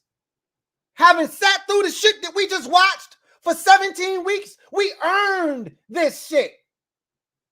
We have a right to this. So let's just enjoy it. See where it takes us. So many of y'all get caught up in too much bullshit. Y'all want too much too soon. Just enjoy this shit. Y'all want the stadium now. Y'all want the name change now. You want new uniforms now. Just enjoy this shit, man. We ain't got no more Dan Snyder. That shit ain't enough. We about to get a new GM. That shit ain't enough. We about to get a new coach, a new quarterback. That shit ain't enough. Just enjoy this shit. Damn, stop complaining about every goddamn thing and let's just enjoy this freshness. Fresh. Let's just enjoy that shit. Be in the moment. We can figure all that other shit out later. I'm trying to win football games. That's the shit I'm on. And I know a lot of y'all on this same shit that I'm on. You trying to win football games. Too many of y'all get caught up on some ancillary shit that don't amount to winning on the field. I don't give a damn about Jason Wright. Last time I checked, on the business side, that shit don't have nothing to do with the football side. But y'all want to talk about, some of y'all want to talk about that shit. I don't give a damn about Jason Wright. I care about this football team winning goddamn games because I don't want to sit through another season like this. I don't want to do this shit no more. You know how much this shit burnt me up sitting here rooting for us to lose to the goddamn Cowboys in week 18 because we want the number 2 pick in the draft? I don't want to do this shit no more. So you damn right, I'm going to enjoy this offseason. Anybody that wants to talk about some other shit, you can kiss my ass. I work for this shit. As a fan, I went through all of these losing ass seasons with Daniel Snyder as the damn owner, being hopeless most off seasons. To get to this point, I'm going to enjoy this shit. So yeah, you can kiss my ass. If you want to talk about some bullshit that don't have nothing to do with turning this shit around and winning and letting the process play itself out. However the shit goes, for better or for worse, I'm going to enjoy the process. Because we, for the first time in a long time, and I've said this before, but Daniel Snyder has always been the owner when I said this shit. I'm telling you right now, for the first time in forever, it feels like a quarter of a century, we got hope. Real mother effing hope. A lot of y'all too damn young to even know what that shit looks like. All you know is losing. You don't even know what a real winning outfit looks like.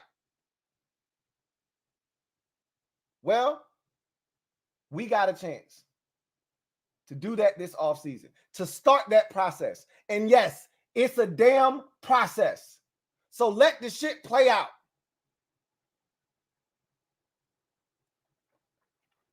My blood pressure just fine. I appreciate you caring about it, but I'm good over here. Trust me. My shit is good.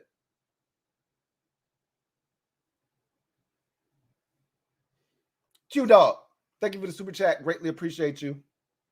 Q-Dog writes, besides going 2-0, what was your favorite moment of the year? That was my favorite moment. that win over Denver was the highlight of my season. Walking out of that restaurant when we should have won that game comfortably, after the Hail Mary and Benjamin St. Juste clearly committing pass interference and the officials not calling that shit, and us escaping Denver with a 35-33 victory, I think it was. Yeah, that was the highlight of the season. Feeling like, oh shit, we got ourselves a quarterback in Sam. We got ourselves a coordinator in Eric Bieniemy, even though I still wasn't too fond of some of the shit I was seeing. We saw the screen game. That was the one game this season where we saw the screen game in full effect. And so I said, okay, that was the second game of the season. So if we get in the screen game in week 2, this is what we can expect moving forward. That was the last game that we saw the screen game be proficient in and be a actual factor in. So I wish I could tell you that there was another game this season that was as exhilarating, but it wasn't. That 2-0 start, heading to Philadelphia with a chance, or coming home for Buffalo, rather, knowing that we were 2-0 and we were tied atop the NFC East and we were right in the mix. Even the following week, even after getting our asses whooped by Buffalo and going to Philadelphia, I was confident. I told y'all we was going to win that game. I felt confident. I thought we were going to win that game, and we almost did. We should have. If Ron would have gone for 2, I really think we would have won the game. Y'all saw the percentage, right? Y'all saw the stat. I told y'all, somebody was like, yo, I said EB's been excellent in the red zone. Scott Turner could never. Washington had converted in the red zone 77% since week 6, highest of any team in the NFL. If you've been watching, then that's not a surprise to you. The problem is we don't get down there enough. It was the reverse with Scott Turner. We would get down there all the damn time. We just wouldn't score touchdowns. The problem with EB is we just don't get down there enough. Because he doesn't know how to convert on third downs, because it's 3rd and 3 and he got us running 17-yard routes instead of trying to get the first down.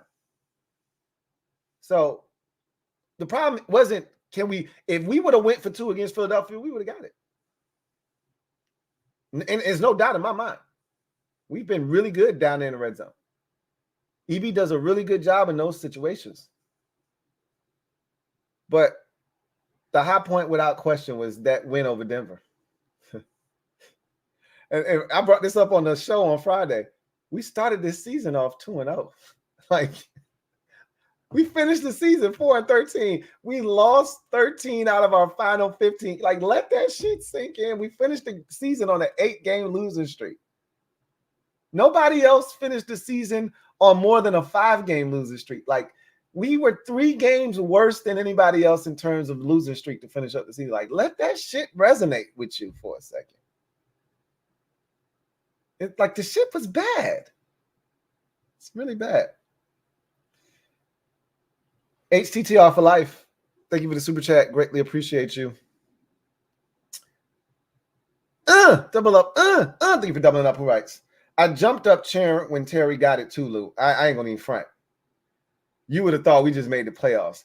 That's a sad state of affairs that I've been reduced to that kind of shit, that kind of behavior. But if there's anybody that deserves that milestone on this team, it's Terry McLaurin. It's few dudes that I would allow myself to get that caught up, that wrapped up in an accomplishment and an achievement that didn't result in more wins for the team.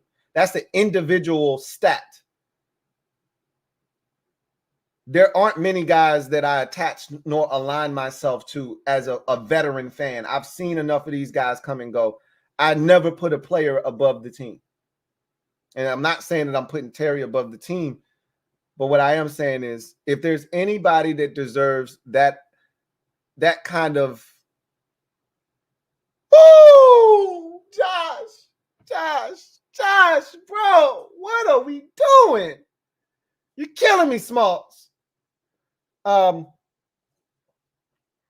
If there's any player on this team that deserves that kind of adulation, that kind of credit, That kind of love is Terry McLaurin. And did you see the players when he got to it?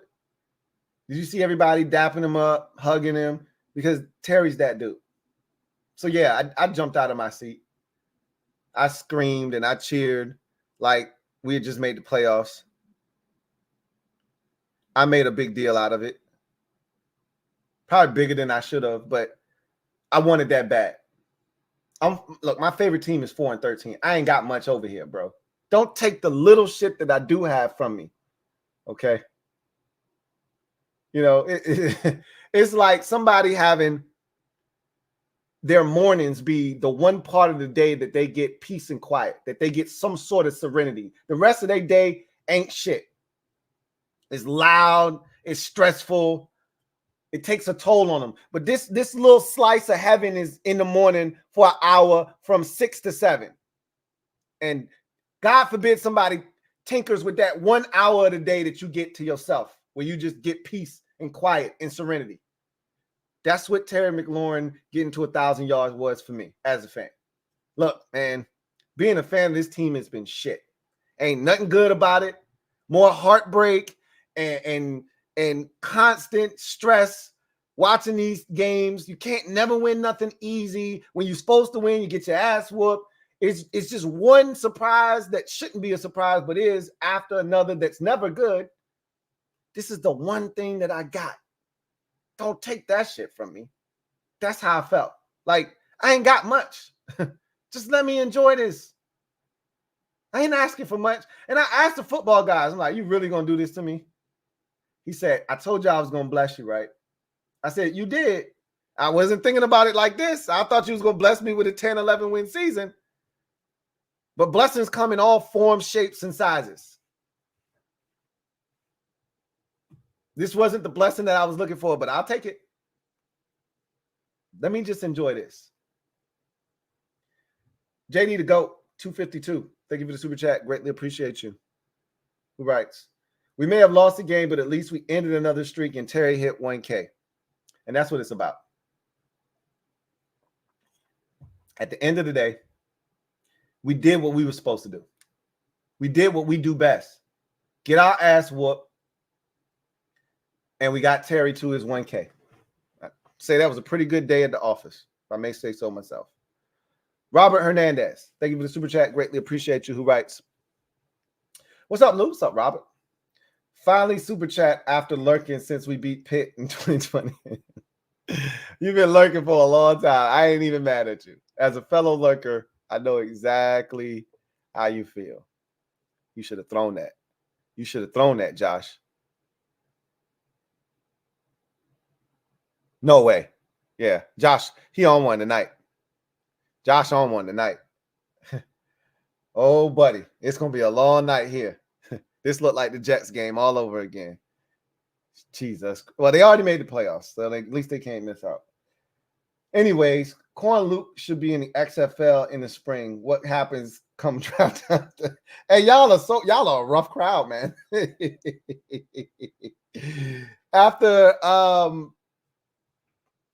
After talking this man up for the last 3-4 weeks, and for some of you all season long, he has one bad game and he should be in the XFL. Hey, y'all are hilarious. No, he did not play well today. I will grant you that. He got his fair share of his ass whooped today. But he is 32 years old. He is a career backup for a reason. And I've said this a number of times. I would have had him at, I think Charles Leno is a better left tackle than Cornelius Lucas. I think Cornelius Lucas, it would have been our best option at right tackle, and that we needed to go ahead and make that move, and we never did. I'm still not opposed to putting him at right tackle. If you can't fix both tackle positions, because I don't want Charles Leno back this year. I'd like to move on from him if at all possible. And I think you should be hunting after a tackle. And whether that's a left or a right tackle, doesn't matter. If you get a right tackle and you got to hold on to Charles Leno for one more year because he does have one more year left on his deal, so be it. Like I already told you, I don't think you're going to be able to fix the entire offensive line in one offseason. Okay, especially with what's out there in free agency. It's really not a lot out there. So you're not really going to be able to fix this offensive line in one offseason unless you're willing to give up some draft capital. If you trade Jonathan Allen, maybe you trade him to a team that has a tackle that you want, and you could make a player for a player switch. Or you could trade Jonathan Allen, throw in another pick, and get a tackle from somebody. Maybe that's an option.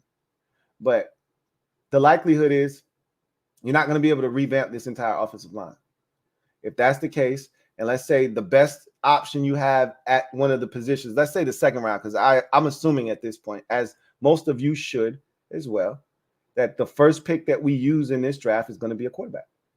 If that's in fact the case, then you have to assume that one of those 2 second-round picks is going to be a defensive end, as it should be, and the other one should be an offensive lineman. What order you decide to do that in, knock yourself out, whatever you deem to be the best value, cool beans. If you decide to package up some stuff to get back into the first round and get a tackle, do that too. It doesn't matter to me, but you have to get yourself a tackle. And if it ends up being a right tackle, okay, and you got to bring back Charles Leno Jr. next year, okay, that's fine. So we'll see. But a lot of time between now and then, right? A lot of things are going to transpire between now and the draft. Cohen Krennock. Thank you for the super chat. Greatly appreciate you. Writes, you taking a quarterback at 2? If so, who? I don't know if you said. I haven't said. I don't know. Yes, I am taking a quarterback. Yes, I'm taking a quarterback. If I love one of these quarterbacks, I'm taking a quarterback. If I don't, then I'm taking a blue chipper at a different position. And I've already laid out to you guys what that consists of, what I'm looking for, how that is going to go. In my mind, quarterback is going to be the pick at 2. Because, again, I said the same thing about Atlanta. You don't know if you're going to be in this position again. And you have to assume that you won't be. You don't want to be in this position again. So you got to make the most of it while you're here. You got to get the quarterback. So, yes, I would be drafting a quarterback. Which one? I don't know. I got homework to do. Q-Dog, thank you for the super chat. Greatly appreciate you. Double up. Thank you for doubling up. Who writes, can we have a moment of silence for Lloyd Brunson? No, we don't have no more moment of silence for him. We having a super chat. We having a Super Friends stream on Tuesday.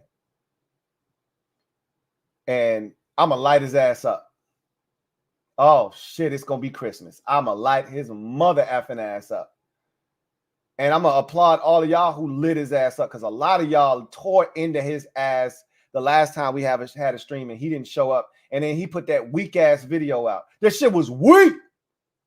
And y'all let him have it. And I loved it. I was reading them comments smiling like a proud papa whose only son finally made it. So I'm going to like, because y'all don't see the text messages and the shit he be saying. I see all of that. I see the videos and the tweets, and I see him about to drive his car off a cliff. And then the next day he went to sleep, woke up, and all of a sudden he's optimistic again. We going to the Super Bowl. Y'all don't see all that shit. I do. So I'm going to light his ass up. Save it for Tuesday. Ain't no moment of silence. Moment of silence is for somebody that you have sympathy for, that you feel for. Ain't nobody feeling bad for him. They're going to the playoffs next week. Nah, we're going to light his ass up, because you know what he's going to say? Your season been over since Columbus Day. So no, ain't no moment of silence. F that. We're going to light his ass up. Be right. Thank you for the super chat. Greatly appreciate you. Be right, rights. Man, this has been the longest season of my life. If Terry didn't get that record, it would have been a travesty. With that being said, Lou, I'm all ears. Classic EB line. With that said, I'm all ears. Good one. Good one. Be right. Good one. Browy King 17. Thank you for the super chat. Greatly appreciate you. Who writes, why take a quarterback at number 2 when you can trade down, get a left tackle and a quarterback and a pick for next year? That all of that is in play. we'll leave that up to the decision makers when they come in here to assess the landscape of the draft, the players that are available, the opportunities that may await them and may be available to them. And you figure out what is best for your organization now and into the future.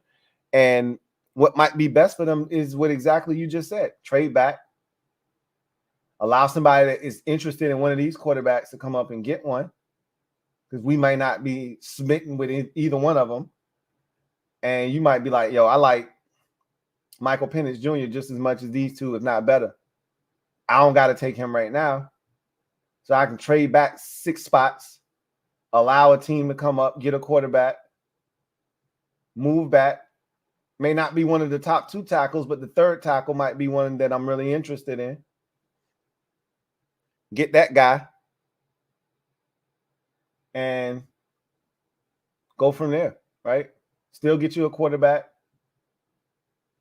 so forth, and get you a pick for next year. That all that could be in play. You just don't know. The likelihood is we're going to make a selection at 2. That's, if I had to guess, and you asked me what we're doing with the number 2 overall pick, I'd tell you right now, my best guess is a quarterback.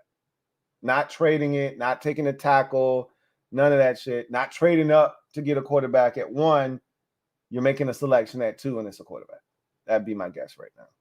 After watching how the Bears season just ended and how things are going there, my guess is they're taking a quarterback. They're going to trade Justin Fields, and we're going to have to make a decision at 2, and it's going to probably be to take a quarterback as well. Juan Gotti, Talking Sports. Thank you for the super chat. Greatly appreciate you. Juan Gotti writes, why is everyone so confident that we land Caleb? I don't know why they're confident. I don't think we getting him at all. I'd bet money we don't get Caleb Williams here in Washington. I'd bet any amount of money. After watching what I saw from Justin Fields today, he needed a great finish to the season. He needed to win this game. He didn't play well. He hasn't beaten Green Bay. He's now 0-6 against the Packers. I think he just nailed his coffin shut with his performance today. That's what I truly feel. And so I don't think there's no way. I don't think there's any way in hell we're getting Caleb. This feels like 2020 all over again, and Joe Burrow at number 1, and Bengals are like, bro, don't even hit our line. We're not trading the pick. We drafting Joe Burrow. That's what it kind of it's starting to feel like. Again, a lot of time between now and then. Anything could happen. I could be wrong about what the thinking and the thought process is with the Bears, and they could keep Justin Fields. But after today's performance, it doesn't feel that way. Doesn't feel that way. The Magician 804. Thank you for the super chat. Greatly appreciate you. Writes, so Lou, do you really believe at this point that Sam isn't salvageable despite him being in a corrupt system, lack of efficiency around him? I'm still in the car. Hashtag NHO.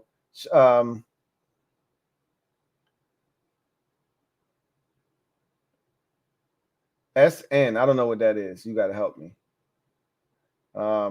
Same thing T-Law went through. Yeah, but the difference was T-Law was on the number 1 overall pick. I've gone through this already, and I told y'all this before Sam even took a snap this season. I said, I hope Sam understands you only get 1 chance to do this shit. You only get 1 opportunity. Touchdown. They're going to mess around and lose this goddamn game. And if they do, and there's nobody to blame but themselves.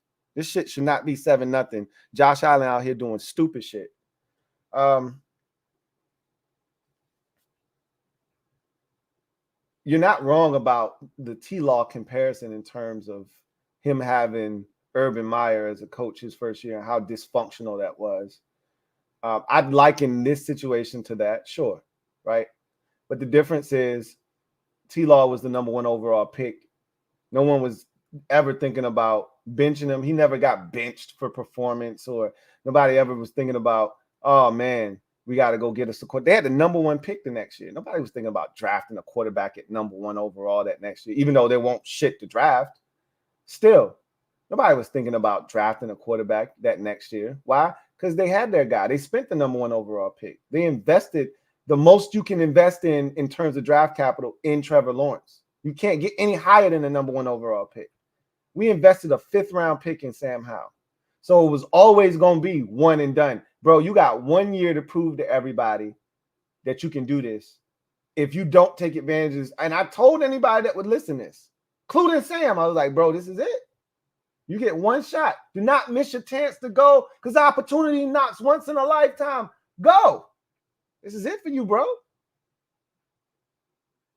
Hit it and go. Much faster than slow. You can't drive slow, homie. Don't drive slow. Mash the gas and don't look back. And he took my advice for the first 10 weeks of the season, and this shit went to hell in the handbasket shortly thereafter.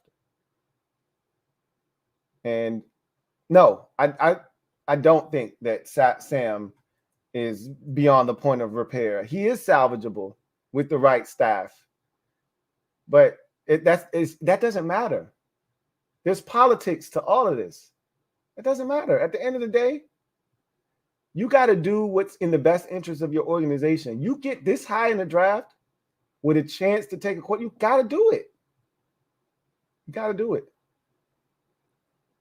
So regardless of how I feel or what I think, the right thing to do here is to take a quarterback. That's the right thing. G's outside. Thank you for the super chat. Greatly appreciate you. Thank you for being a member of the MOBB, who writes, Caleb will be in DC. He's pulling an Eli. He ain't pulling a mother effing thing. He gonna go where they tell his ass to go. I wonder if that shit could work in today's climate in the NFL. Could you literally say, I'm not playing for your organization. You better not draft me. If you do draft me, I ain't playing. I wonder if that shit would fly in today's NFL. It's a different time now. I don't know. First of all, I don't think he got the balls to do that shit. Second of all, I don't know if that shit works. I don't know if you can pull that in today's NFL. Because the team might be like, all right, bet.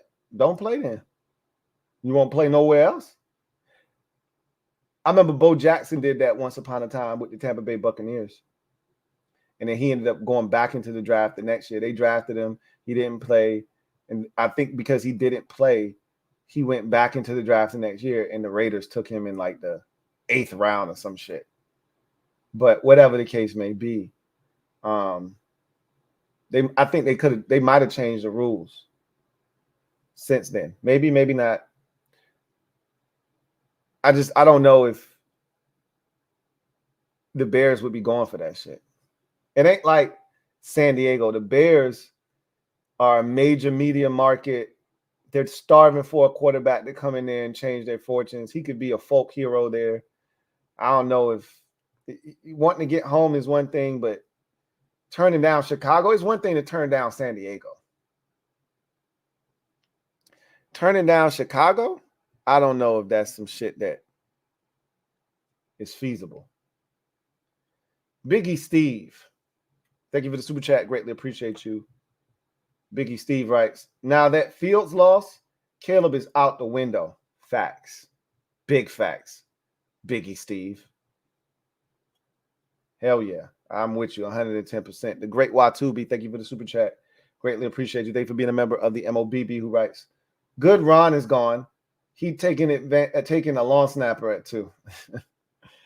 Hey, that was one of the craziest things that we saw happen here, was Ronald taking a damn trading back up to get a long snapper, only to have that dude not be able to snap. Shit is crazy. LJ, thank you for the super chat. Greatly appreciate you. LJ writes, I think Jamin is a way worse pick than Forbes. I don't agree with that. I don't think Jamin was a terrible pick. He'll never live up to a first round pick, but I think Jamin Davis has gotten better and better and better. And I think he's playing at the level that he should have been drafted at, personally. I think he should have been drafted in the 3rd round. That's what I thought he was. I think he's playing at the 3rd round level right now. Right? And so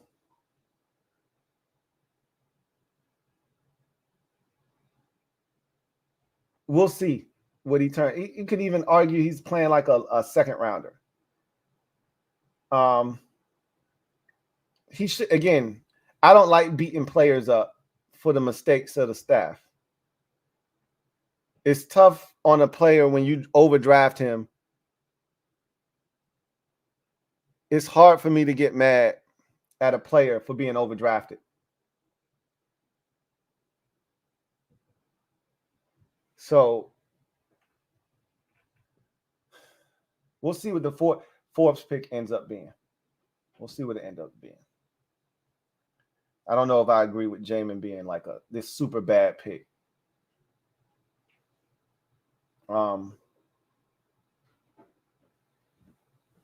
We'll see. We'll see what everything ends up amounting to.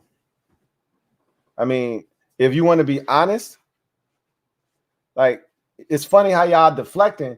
Chase Young was the worst first-round pick of the Ron Rivera era. It's not even debatable. Yeah, he won Rookie of the Year, Defensive Rookie of the Year. He ain't do shit else. When you draft a dude second overall, that's supposed to be a generational talent that's supposed to be here for the vast majority of his career. This man ain't even on our roster no more. He didn't even make it to the end of his rookie contract. What are y'all talking about? This shit ain't even up for debate. Barry Curtis Jr., thank you for the super chat. Greatly appreciate you. Thank you for being a member of the MOBB, who writes, a lot of respected draft people have Drake May as QB1. Okay. Get this shit in the end zone and stop playing with me, man. And Daniel's in the mix. Caleb at 2 could still be in play. I don't give a damn what respected, talent evaluate. All that matters is what Chicago thinks. That's all that matters. And I'm going to tell y'all right now, Caleb Williams is the splashy pick, period.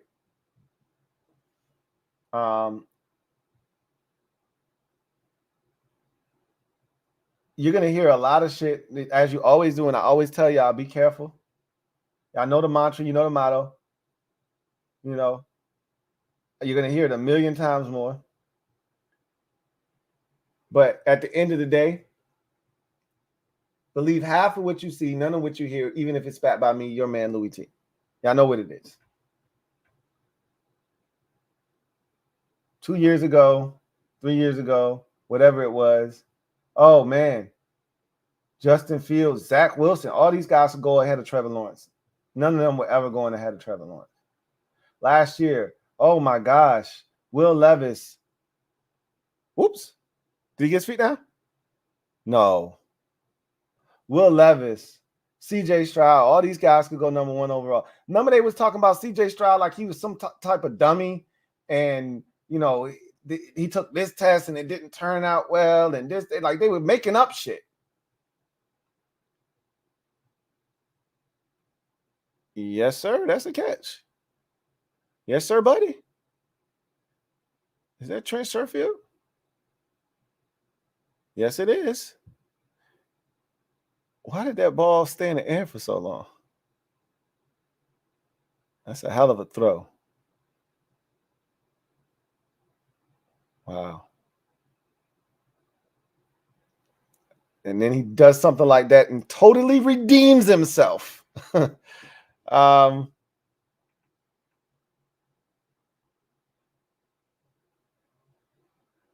Off of the damn helmet. I was like, why is that ball in the air like that? That's wild.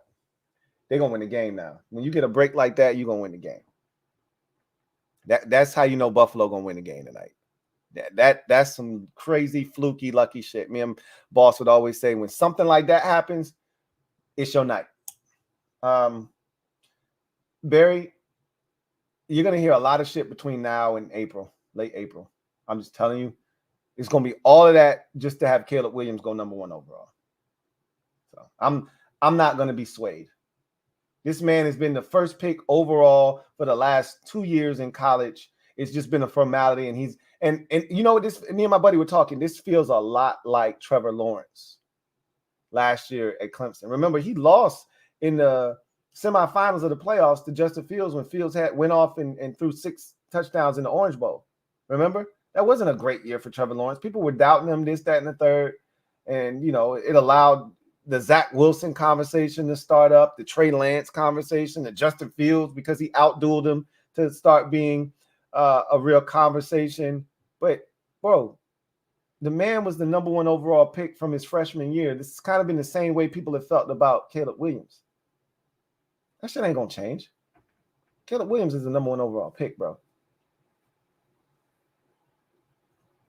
You might want him, but I'm just telling you, save yourself the trouble. If the Bears aren't willing to come off for one, you ain't getting them. Samuel Stevenson, stand up. You are the newest member of the MOBB. Glad to have you on board. Welcome to the squad, Samuel Stevenson. KP Flex, been a member for 23 months. Who writes, at least Terry got his 4th straight 1,000-yard season. That is the bright side of today's game. Facts. Big facts. It would have been a disappointment had he not gotten there, to be honest. Derek Ortega, thank you for the super chat. Greatly appreciate you. Who writes, hey, dude, I have a question. How come you still root for the team after they change their name? I stopped after the name. The name alone is disgusting. Because I root for this team. The name was a part of the team. It was a part of the fabric that was attractive to me as a kid, why I started rooting for the team, but it's not the sole reason I root for this team.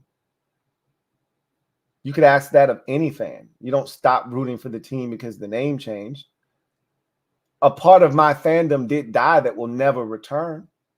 There's the part of me that loved the Redskins name and the look and everything that it stood for and the history and all of that shit. And you can never get that back. But I love football, one, too much, and I love this team too much to just quit because of a name. So, I mean, if you're that attached to the name, I'll ask you this. Why are you here today?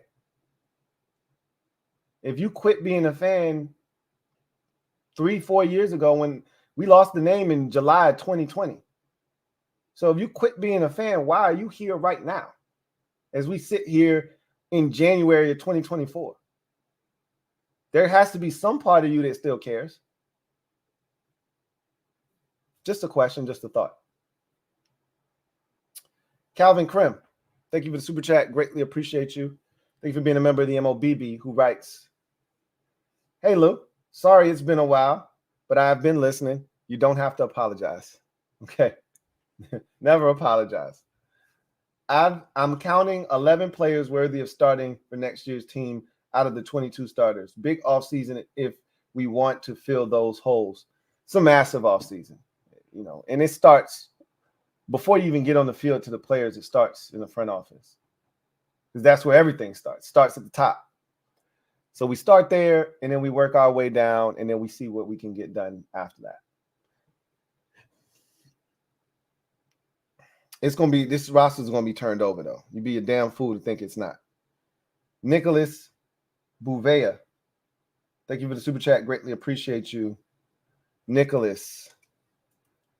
Now, I thought I saw a comment from you in here somewhere.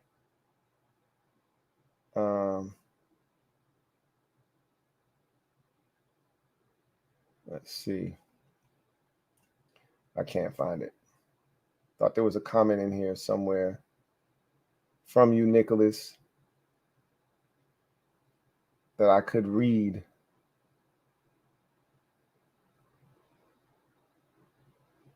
There's been so many comments. It got erased already. Hold on.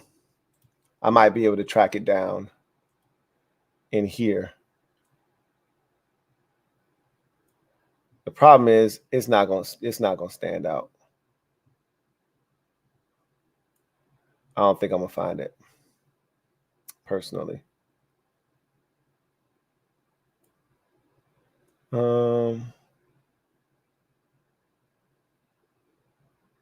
Yeah, sorry, Nicholas, man. I can't find it. And I know you had put a comment in there that you wanted me to read. And I just don't see it right now. So my apologies. I sincerely apologize for that, but I appreciate you either way. Ricky D. Hustle. Thank you for the super chat. Greatly appreciate you, Ricky D. Hustle writes, what's up, Lou? What's up, Rick? I have a trade thought. Trade Jonathan Allen, second and third this year. Next year's 1, 2nd, and the first overall pick. For the first overall pick, keep our first round pick and Caleb Williams, select Caleb Williams and Olu Fashanu. Thoughts? First of all, the Bears are not trading away a first round pick and not getting a first round this year in return. That's a lot of shit you're giving up now, I will say. But part of swap a picks getting out of that pick is a swap. Like, I still need a first round pick this year. Like, I don't want. I love all of the shit you're giving me. That's a hefty haul, right? Probably too damn much if we being honest. But the Bears are like, bro, I still need another first round pick this year. Like, that's not enough that you gave me all this stuff and I still don't get the double dip this year. So, sounds good, but highly unlikely. And that's a lot you're trying to give up, too. And you get to keep both get their first rounder and you keep your own. Yeah, nah, highly unlikely. I wouldn't be opposed to a trade that centers around you keeping your first round pick, but again, it's got to make sense for both sides. That's a lot, bro, that you're giving up. I don't even know if that makes enough sense because, again, you're giving up a player that is a former first round pick that we think is the equivalent of a second rounder. You're giving up another second rounder. You're giving up a third. Then you're giving up a first next year, a second next year. I don't see Washington agreeing to that. That's a lot. That's a lot. But it would take that kind of a haul for you to get the Bears to agree to give up a first rounder without getting one back in return this year. Christopher McLaughlin, thank you for the super chat. Greatly appreciate you. Thank you for being a member of the MOBB. Really appreciate you, Chris, as always. My guy Chris writes, hey, Lou. What's up, Chris? I watched the Lions scored 30 with offensive coordinator Ben Johnson, and St. Brown finished with 119 catches. So did I.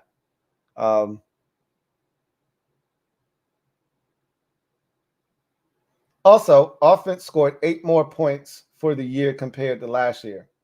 How much patience is there if the team finishes 6-11 or worse next year with a young quarterback? There should be all the patience in the world. We won 4 games this year. We get a rookie quarterback. He plays well and shows that he's going to be everything that we want him to be and then some, and we improve on our win total by 2 games. That's a great start. Now, why did we lose 11 games? I would assume that rookie quarterback made some mistakes. I'd assume that the defense, it wasn't much better than it was the year prior, and that we'll have some other issues, right? But I told you guys last week on the show that this is going to require P&P, patience and perseverance. And, some of the pushback I got from fans is I've been waiting, I've been patient, I've persevered for over X and Y, Z amount of years. Well, you're going to have to keep doing it. If you want to move on from Sam, you want to get a new quarterback, which I think is the right thing to do. You want to have a whole new regime change, overhaul in the front office. Everything's going to be new. You can't expect overnight results. That's not how this works. That's not how any of this works. And like I said, and I made sure I pointed out 2 specific situations that everybody's going to point to. Well, look at the Texans. That shit didn't happen overnight. Yeah, they got a new coach and a new quarterback, but they had a new GM 3 years ago. He fired 2 coaches prior to the coach that they have now. This is their 3rd coach in as many years with that same GM. He's hired a new coach every single year. That shit didn't happen overnight. You look at Detroit, everybody wants to point that didn't happen overnight. Everybody always see that dope ass whip, fat ass chain, expensive ass threads he got on. They see all of that shit. Man, he got on some dope ass foams, some exclusive ass birds. Yeah, that's a lot of money over there. But you ain't see what he did to have to get to that bread. You just see the end result. It's going to be some struggles. It may not be any struggles. You may be the Texans and you may have a quarterback come in here and have some old Robert Griffin III type shit and put you on cloud 9 in year 1. Again, that's an anomaly. CJ Stroud is an anomaly. That's not usually what happens to young quarterbacks in this league. So I'm excited for the opportunity. Like I said, we don't know what's going to happen, but I'm all in. Sign me up. DMV Bay, thank you for the super chat. Greatly appreciate you. Thank you for being a member of the MOBB who writes, people need to get off of Jahan's nutsack. He literally leads the team in touchdowns 2 years in a row. And the fact that even though they don't even throw him the ball, they just don't use him right. All right, look. All I've ever said is the kid can play. Period. End of discussion. You can make up all kinds of different situations in your head. Wow, that's a great throw. Hope is coming back. They walking down the field. You can make up all types of scenarios or situations in your head about this, that, and the third.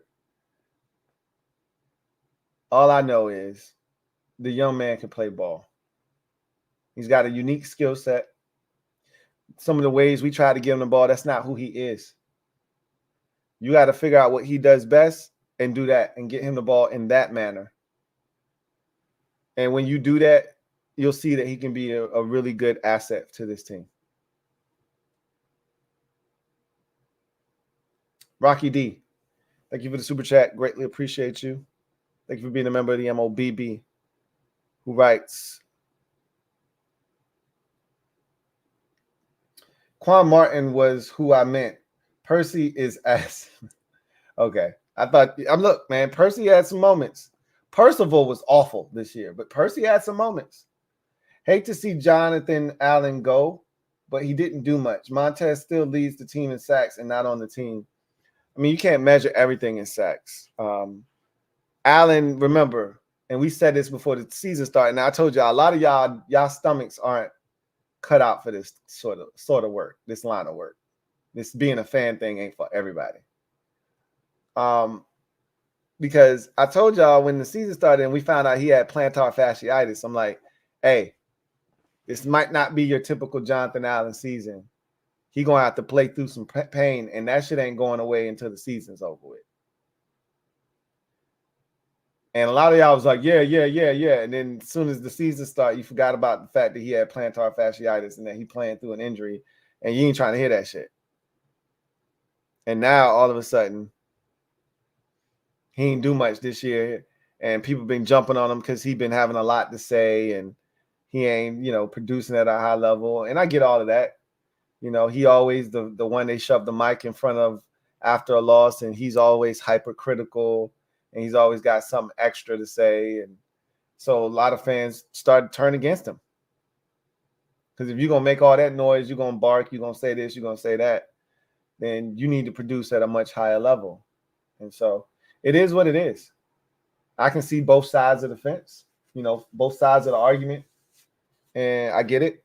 But at the end of the day, if they don't trade him, I'm not upset. He's a good football player. And he's the kind of person you want on your team when you finally do turn this shit around. But if he doesn't want to be here and you can get something for him, what are you waiting on? Make it happen. Metaphor, thank you for the super chat. Greatly appreciate you. Thank you for being a member of the MOBB who writes, We at the dealer tomorrow trading in Ron's whip. We ain't gonna get much for it. We ain't gonna get much for it, but yeah, whatever mileage is on it, whatever bumps and scratches that's on it, we just gonna try to get something for it, man. I'm gonna tell you right now, don't expect much. Don't expect much. JP, my guy John Perez, thank you for the super chat. Greatly appreciate you. Who writes, well, Lou, it's finally over. Number 2 pick is ours. We know the coaches and front office are gone, but what about the players on this roster? A lot of them will be gone too. It's going to be a lot of overhaul. I talked about this already. Touchdown. It's going to be a long process of getting this roster where we ultimately want it to be. But there will be an overhaul. There will be a lot of change. The roster, as you've known it for the last 4 years, will cease to exist. A lot of those Rivera players, a lot of those draft picks that have been hanging around trying to see if those dudes are gone. Like, it wouldn't shock me if a Benjamin St. Juste isn't here next year. It just depends on how many corners they bring in here. Kendall Fuller already, his contract is up. He may not be back. You know what I'm saying? Like, Cam Curl could not be back. His contract will expire at the start of the new league year. Like, there's a lot of guys that may not be here next year. We already know Casey Tuill and James Smith-Williams contracts are up when the new league year starts. So guys like David Mayo and Barton, them dudes ain't going to be here next year. Those were Rivera guys. Especially David Mayo. He ain't going to be here next year. John Bates might not even be here next year. They could find a better, like, there's a place for John Bates on this team. I've been adamant about that. I think he could be a damn good TE3. We've been parading him around as a TE2. That's the problem. That's where we effed up at. But when you ain't got shit, you got to use what you got. So it's going to be a lot of change on this roster, but we've known that for quite some time. That's not new news. Metaphor. Been a member for 28 months. Lou, one thing missed. Sam wanted Sam for 220 for 4K. I assume he didn't make it. That was a milestone that would have been nice had he still been in play for next year. Once I saw where that was going and the writing was on the wall there, those kinds of milestones for a dude that ain't going to be here doesn't resonate for me. I ride for Terry because Terry is going to be here and Terry has been here and Terry's been a rock. And so he deserves that milestone. He deserves those accolades. It's one and done for Sam. And again, I hate that they did to him what they did, but he's also largely to blame for his own demise. So it is what it is. Elijah Harrison, thank you for the super chat. Greatly appreciate you. Elijah writes, Lou, we play the AFC North and the NFC South next year. And that could be a good and a bad thing. We saw how good the AFC North was. 3 out of the 4 teams made it to the playoffs, with the Bengals being the exception. And they won, 9 games, 8-9 games, and just missed out on the playoffs. So that's an exceptional division. Right now, next year, it might be a trash division. Who knows? The South is an ass division right now. It could be a great division next year. You just don't know. So we'll see what that even means. It means something right now. It can mean something totally different next year. Dante Lee, stand up. You in the building. You know what it is, mob. Show Dante what it means to be a member of the MOBB. Glad to have you on board. Welcome to the squad, Dante Lee. Shadow Striker 789. Thank you for the super chat. Greatly appreciate you. Thank you for being a member of the MOBB, who writes, thank God we played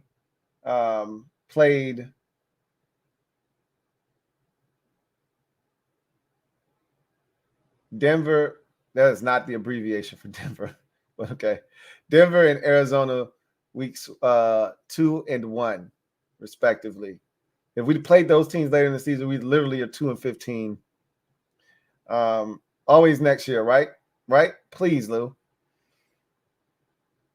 You're not wrong. It's always important when you catch a team.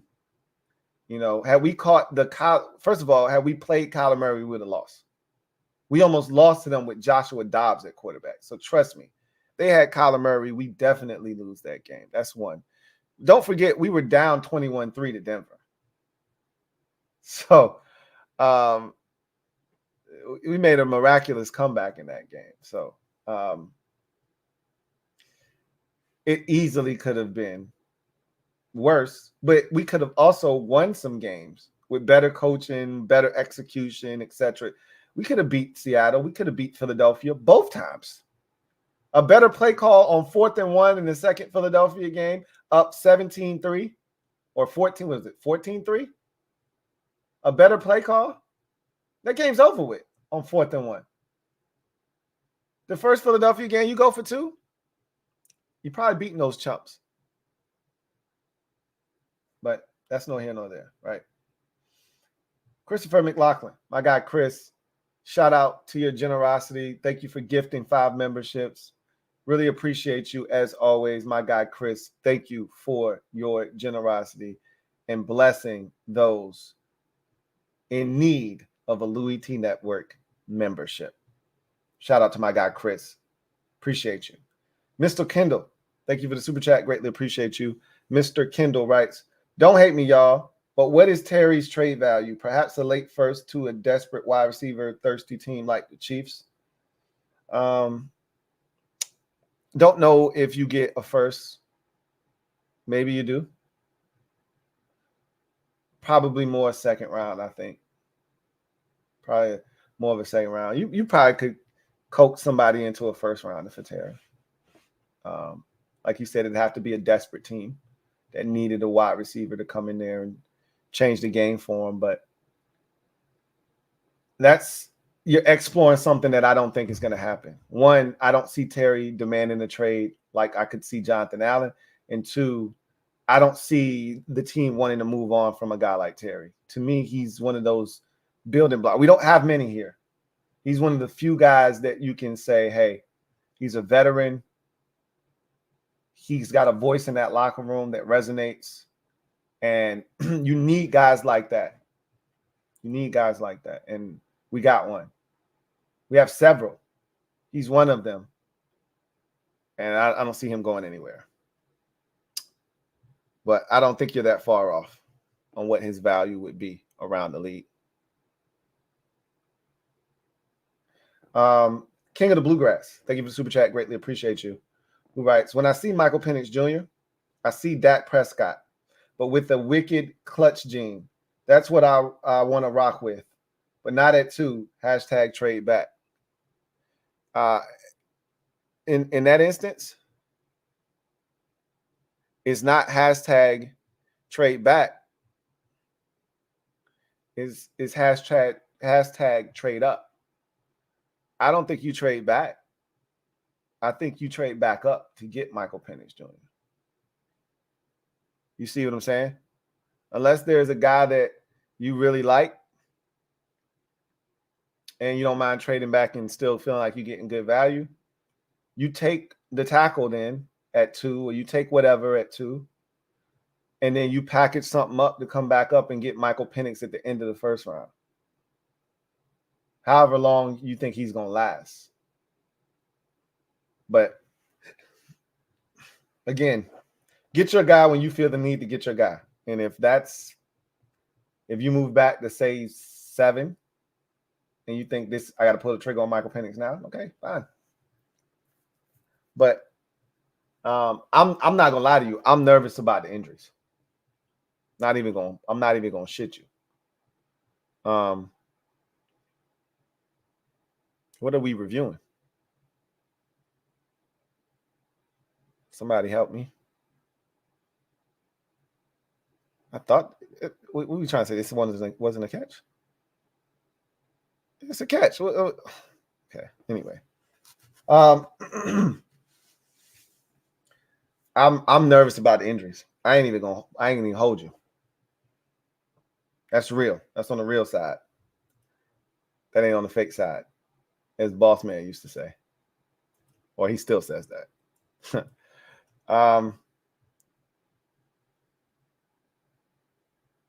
Joe Rockhead, thank you for the super chat. Greatly appreciate you. Thank you for being a member of the MOBB, who writes, ironically, finally, by CeCe Peniston was released during the last season we won a Super Bowl. Now, finally, this horror show is over. Sing it, Lou. Finally, it's happened to me right in front of my face, and I just cannot hide it. Hey, I'm so happy. I could try to hit that high note, but my voice ain't gonna have it, so I ain't even gonna do it. And I don't want to make Door Gunner's dog go ape shit, so I'm gonna spare him just this once. Derek B, thank you for the super chat. Greatly appreciate you. My guy Derek B, thank you for being a member of the MOBB. Writes, Philly and Dallas may have closed their window, giving us number 2. They had a nice little run here. But we about to, I'm telling you, I don't know, it might take 2 or 3 years or whatever, but we about to interject ourselves into this conversation like, hey, you bastards let us in. Y'all done had us outside for far too long. You had your fun in this period where you beat us up and we were the doormats and you got your shit off on us. But to your point, shit's about to change. And I don't know how soon it's going to change, but I like our chances moving forward. And I don't even know what the hell we're going to do. I just know that we can't be any more incompetent than we just were. And we should have beaten Philadelphia not once, but twice. And we were in both Dallas games right around halftime with the bullshit that we were putting on the field. So I like our chances with a much more competent group, better players, and an actual plan moving forward. So, yeah, I think they had an opportunity. We'll see what happens this year, but I like our chances to see them both do what they do best in the playoffs, and that's choke. And then we'll revisit everything in the offseason, and I like our chances to get in the mix. Jay Breadman, thank you for the super chat. Greatly appreciate you, who writes, I've enjoyed every bit of these ass thrashings because I know better is coming. That's a strong word, enjoy. I didn't enjoy these ass thrashings. Boop, oh, yeah, they want to lose tonight. Them boys trying to lose tonight. They don't want to win. They don't want to win the AFC East. They don't want it. They don't want to win the division. Jesus. Wow. They don't want to win the division tonight. I don't enjoy getting my ass beat. Can't say that I do. Can't say that I ever will. That's not fun. After that bullshit, you not only drop the pass, you're not even going to get this playoff. Miami, bailed your ass out because you wasn't going to get that shit off.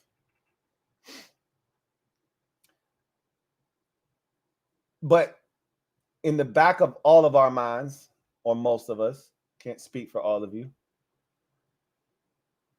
there was this notion that, hey, change is coming. And I just got to hang in there.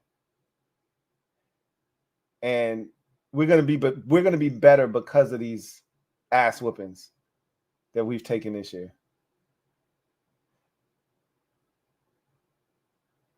For the players that are here that we'll maybe move forward with, getting your ass beat and your brains bashed in over and over again isn't really helpful to those players. I don't like this defense at all. Hey, throw it to one of these receivers quick, right? And go block and get out of bounds. That's a stupid-ass defense. Hey, Miami, y'all, hey, beat these bums. That was some stupid-ass shit they just did. Tua looking like, are you kidding me? Did we just do that? These dudes are stupid. Beat they stupid ass. Score a touchdown now. Please. For me. That's the dumbest shit I done seen in a football field in a long ass time.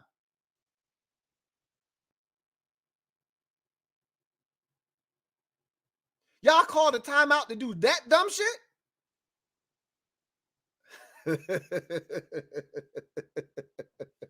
Oh, you try. Okay, never mind. Buffalo gonna win this game. Damn, that was dumb as a bitch.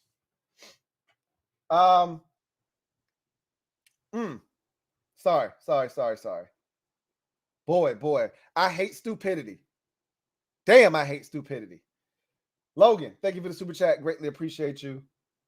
Logan writes, is there a free agent quarterback worth it than to draft a quarterback? No, I was just talking to my buddy about the free agent crop of quarterbacks. Russell Wilson is going to be cut. He'll lead that group. But it's Russell Wilson. It's Jacoby Brissett. Nah,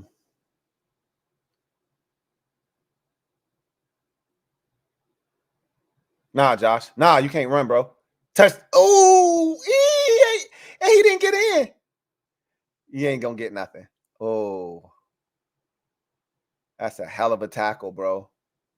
Wow. Hell of a way to end the first half. The Bills still going to win this game. That's a great tackle, though. That looked like it was about to be a touchdown.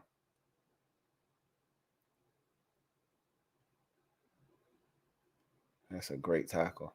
Keep his ass out of the end zone.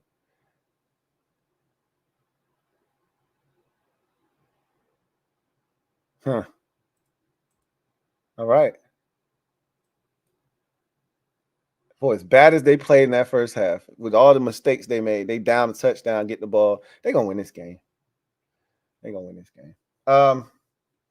Yeah, it's really not a lot out there, Logan. Like me and my buddy talked earlier because he's a Raiders fan, and in his mind, they're not going to be in a position to draft anybody. I mean, there'll be some guys available when they get on the clock, but you know, it just depends on what happens and how things shake out. So in his mind, they probably need to go the free agent route. But what is there really out there? Nothing. Like, seriously, there's nothing available. So, none of us want to go that route. I mean, we're sitting here at number 2. We did the free agent thing multiple times over. We really don't want that kind of smoke. Will Diggs, been a member for 15 months. Appreciate you.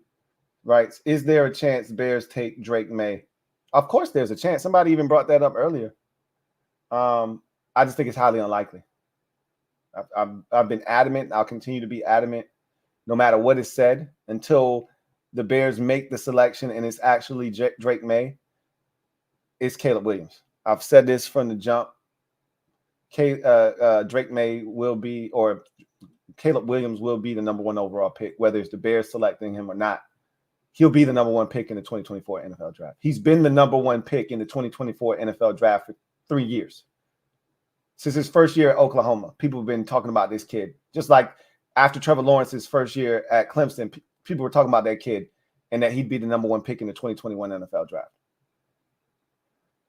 When you burst onto the scene in that first year, it's hard to duplicate what you did in that first season.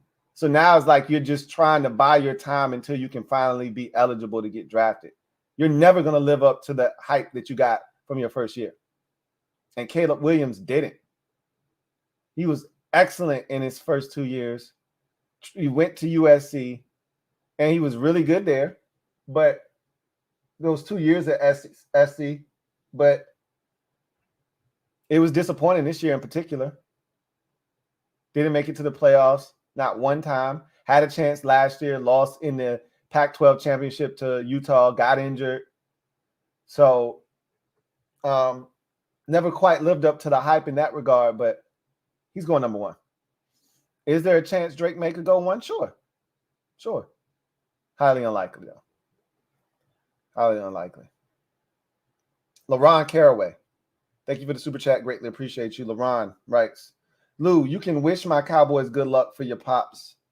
I don't think luck is gonna help y'all, but me and Pop's gonna talk. Me and Boss Man gonna talk, and he gonna sell it to me straight. He gonna shoot it to me straight.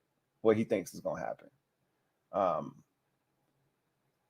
He got humbled. Remember, he was talking that shit. They're not gonna lose any more games. Yada yada. He got humbled. So now he's back to where I need him to be, right? Because after y'all beat up on Philadelphia, really, it was the week before that. You mopped us on Thanksgiving, and then you had Philadelphia the next week, and he was talking crazy, just all kinds of greasy, right? And I'm like, oh shit, here we go. And then he got humbled with the 2 losses in a row. And I watched that Detroit game with him, and he knew they escaped, and he knows Mike McCarthy's a dumbass. So I can ask him and truly get him to tell me what's the reals, right? Didn't I tell y'all the Houston Texans and Cleveland Browns, whoever won that division, that was going to be the first game? Did I not tell y'all that? I've been doing this for a long time. This is what I do for a living. I don't know if luck's going to save y'all. I actually like the matchup y'all got in the first round. The Packers. Y'all struggle with the Packers. Y'all should beat them, though. That's on the real side. But Jordan Love, that dude is a problem. That young man is a problem. And them young receivers are starting to get in a bag. And I don't know the extent of that injury that you suffered today at the cornerback position with Stephon Gilmore, but you need him. You don't want him. You need that young man or that old man at corner. So hopefully it's not serious, but it ain't never good when you got somebody walking off the field holding your wrist because you can't even keep your shit up straight. That doesn't look good. Metaphor, thank you for the super chat. Greatly appreciate you. Thank you for being a member of the MOBB. Double up. Thank you for doubling up. Who writes, can't lose PNP because 30 years resets on rebuild. You just got to remember that. I know it's been a long time. I know you're ready to win. I get all of that. But understand that in order for this to go the way you want it to, you're going to have to exhibit PNP. You're going to have to exhibit it. And if it's done correctly, we'll get another P at the end. Not that P. Get your minds out of the gutter. It'll be a prize waiting for us at the end of that. All of that. And that's what you want. Zach J. Thank you for the super chat. Greatly appreciate you. Zach writes, love the nastiness Cosme show. Need more of it. Hey, Sam ain't no B word. Like, Sam's a nice guy, but don't get it twisted. Sam will put your dick in the dirt. And remember, Sam was the one that said, hey, we ran it 3 times in a row. We don't know what that feels like. That actually felt really good. Like, understand, Sam, like most offensive linemen, they want to be the ones dishing out the punishment, not taking it all the damn time, which is how EB likes it. He likes his offensive linemen pass blocking for 80% of the game.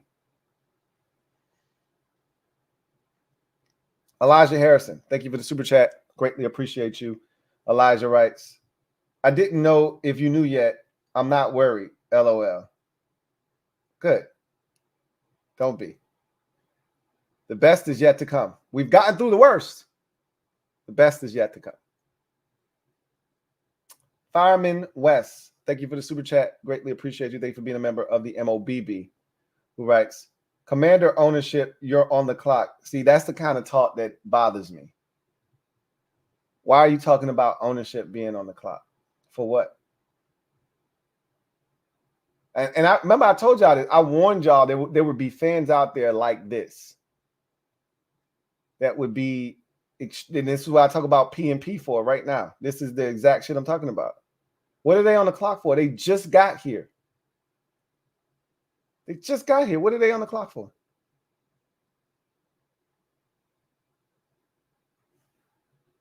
Mr. Kendall, thank you for the super chat. Greatly appreciate you. Double up. Thank you for doubling up. Who writes, folks don't see it yet. We won today. Oh, folks see it. What do you mean? There weren't many fans out there. There were some that wanted us to beat that. 95% of the fan base knew what needed to be done today. Trust me. I think most fans understood what was at stake and knew what needed to be done today. I don't think the majority knew, and the minority was like, hey, we got to beat Dallas. I don't care what y'all talking about. There were far more people like, yo, we better not beat Dallas than there were, hey, man, y'all are tripping. We got to beat Dallas. I don't care how bad, I don't care what pick we got to beat Dallas. There's a lot less of those people, a lot more of the rational thinkers that were like, hey, as much as I would love to beat Dallas, hey, stop playing and get this number 2 overall pick. A meaningless win in week 18 to get to 5-12 ain't worth it to beat Dallas. Man, go ahead and get that 8th loss in a row, get to 4-13, get the number 2 overall pick and stop playing. Logan, thank you for the super chat. Greatly appreciate you.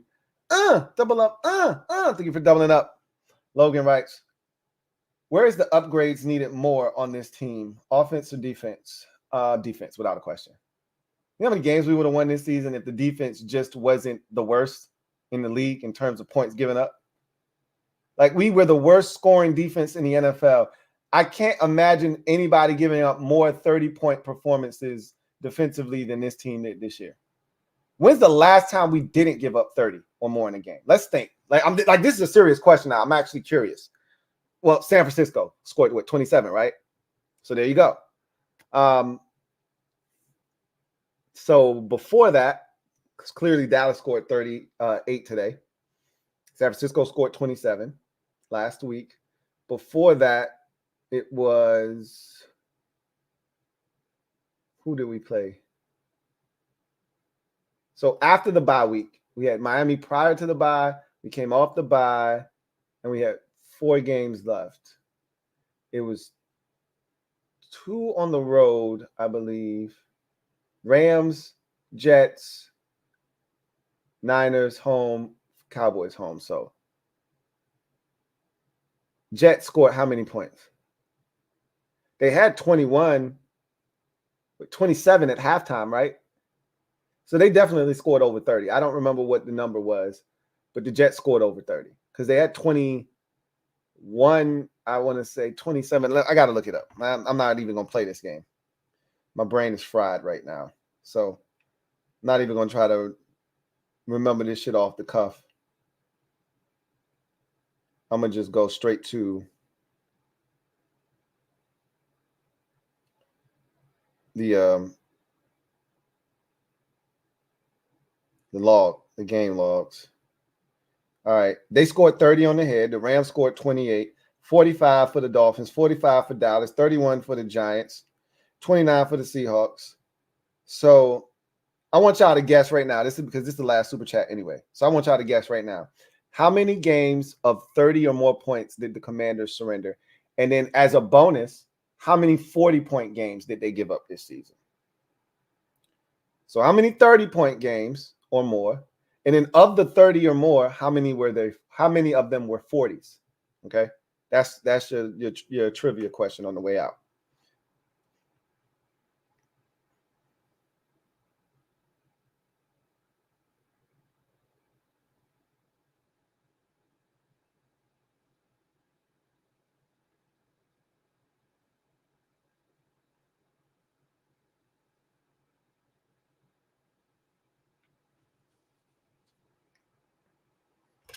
All right. So I see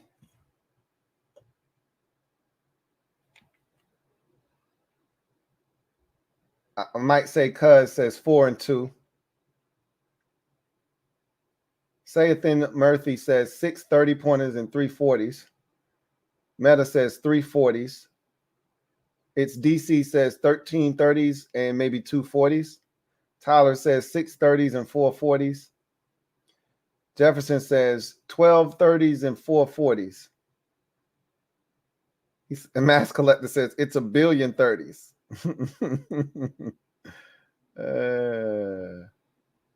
Anyway, so it's 10 30s and 3 40s, right? So the 40s were Chicago, and then the 2 in a row from Dallas and Miami. But there were 10. Think about that. Out of the 17 games, we gave up 30 or more 10 times, well over half of the games. So when you ask me what needs to be cleaned up the most, without even a question, it's the defense. We could have won some more games scoring, 29 and 26. Like, that was the reason that we had hope this year, is that the defense wasn't going to take this massive step backwards. I told you I was worried about the defense, but not to the point where we would give up the most points defensively in franchise history. I didn't think that would be the case this year. I just said, hey, there's no way that the offense is going to be as bad as it was from a scoring standpoint this year. And if the defense could just give us a little something, we're going to be good. And the offense did what it was supposed to do early. It's been shit of late. But, yeah, no, without a doubt, it's the defense. This offense isn't great, and it needs a lot of work, but you can survive with the shit we were doing this year from an offensive standpoint. You can't live with the defense we've been putting on the field. You'll lose every game messing around with that shit. Fireman West, thank you for the super chat. Greatly appreciate you. Double up. Thank you for doubling up. Who writes? Hey Lou, I'm excited about what we can be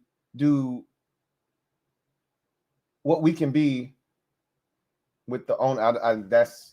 I can't understand the comment you had, but you're saying you're excited about what they can do. You're not putting them on the clock like they need to do this or else. Okay, I got you.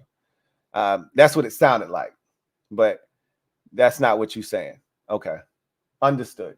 Because it felt like you were trying to say, all right, y'all on the clock. Y'all need to turn us into a winner now. And you're on the clock now. And if you don't, I'm going to have a problem with you. Because I've heard people make comments like that. Just like that. So that's why I said that. But okay, I got you. I see where you're coming from. That was the last super chat. I appreciate you guys hanging in with me the entire season. It has not been an easy season, but nonetheless, you've stuck it out with the kid. And starting tomorrow, I assume we will get our news. You will get a command post. As soon as we get the news, I am going live.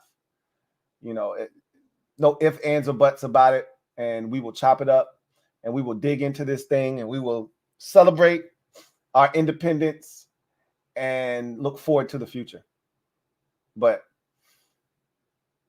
kudos to another year, albeit an unsuccessful one. We made sacrifices this year that hurt like hell while we were making them. But at the end of the day, these sacrifices were necessary for the greater good. I just hate making them. I just do. But we made it. Celebrate! We made it to the goddamn finish line. And now, here's where the real fun begins. We get to build this shit from the ground up and actually have a real NFL organization. Real structure, real discipline, real accountability. Not that fake shit that Ronald and company have been talking about for the last 4 years. Like real accountability and discipline and culture. A fresh mentality, not that old school 1980s bullshit, but real NFL, modern day thinking with real analytics. Can't make this stuff up. It's going to be fun. Anyway, I digress.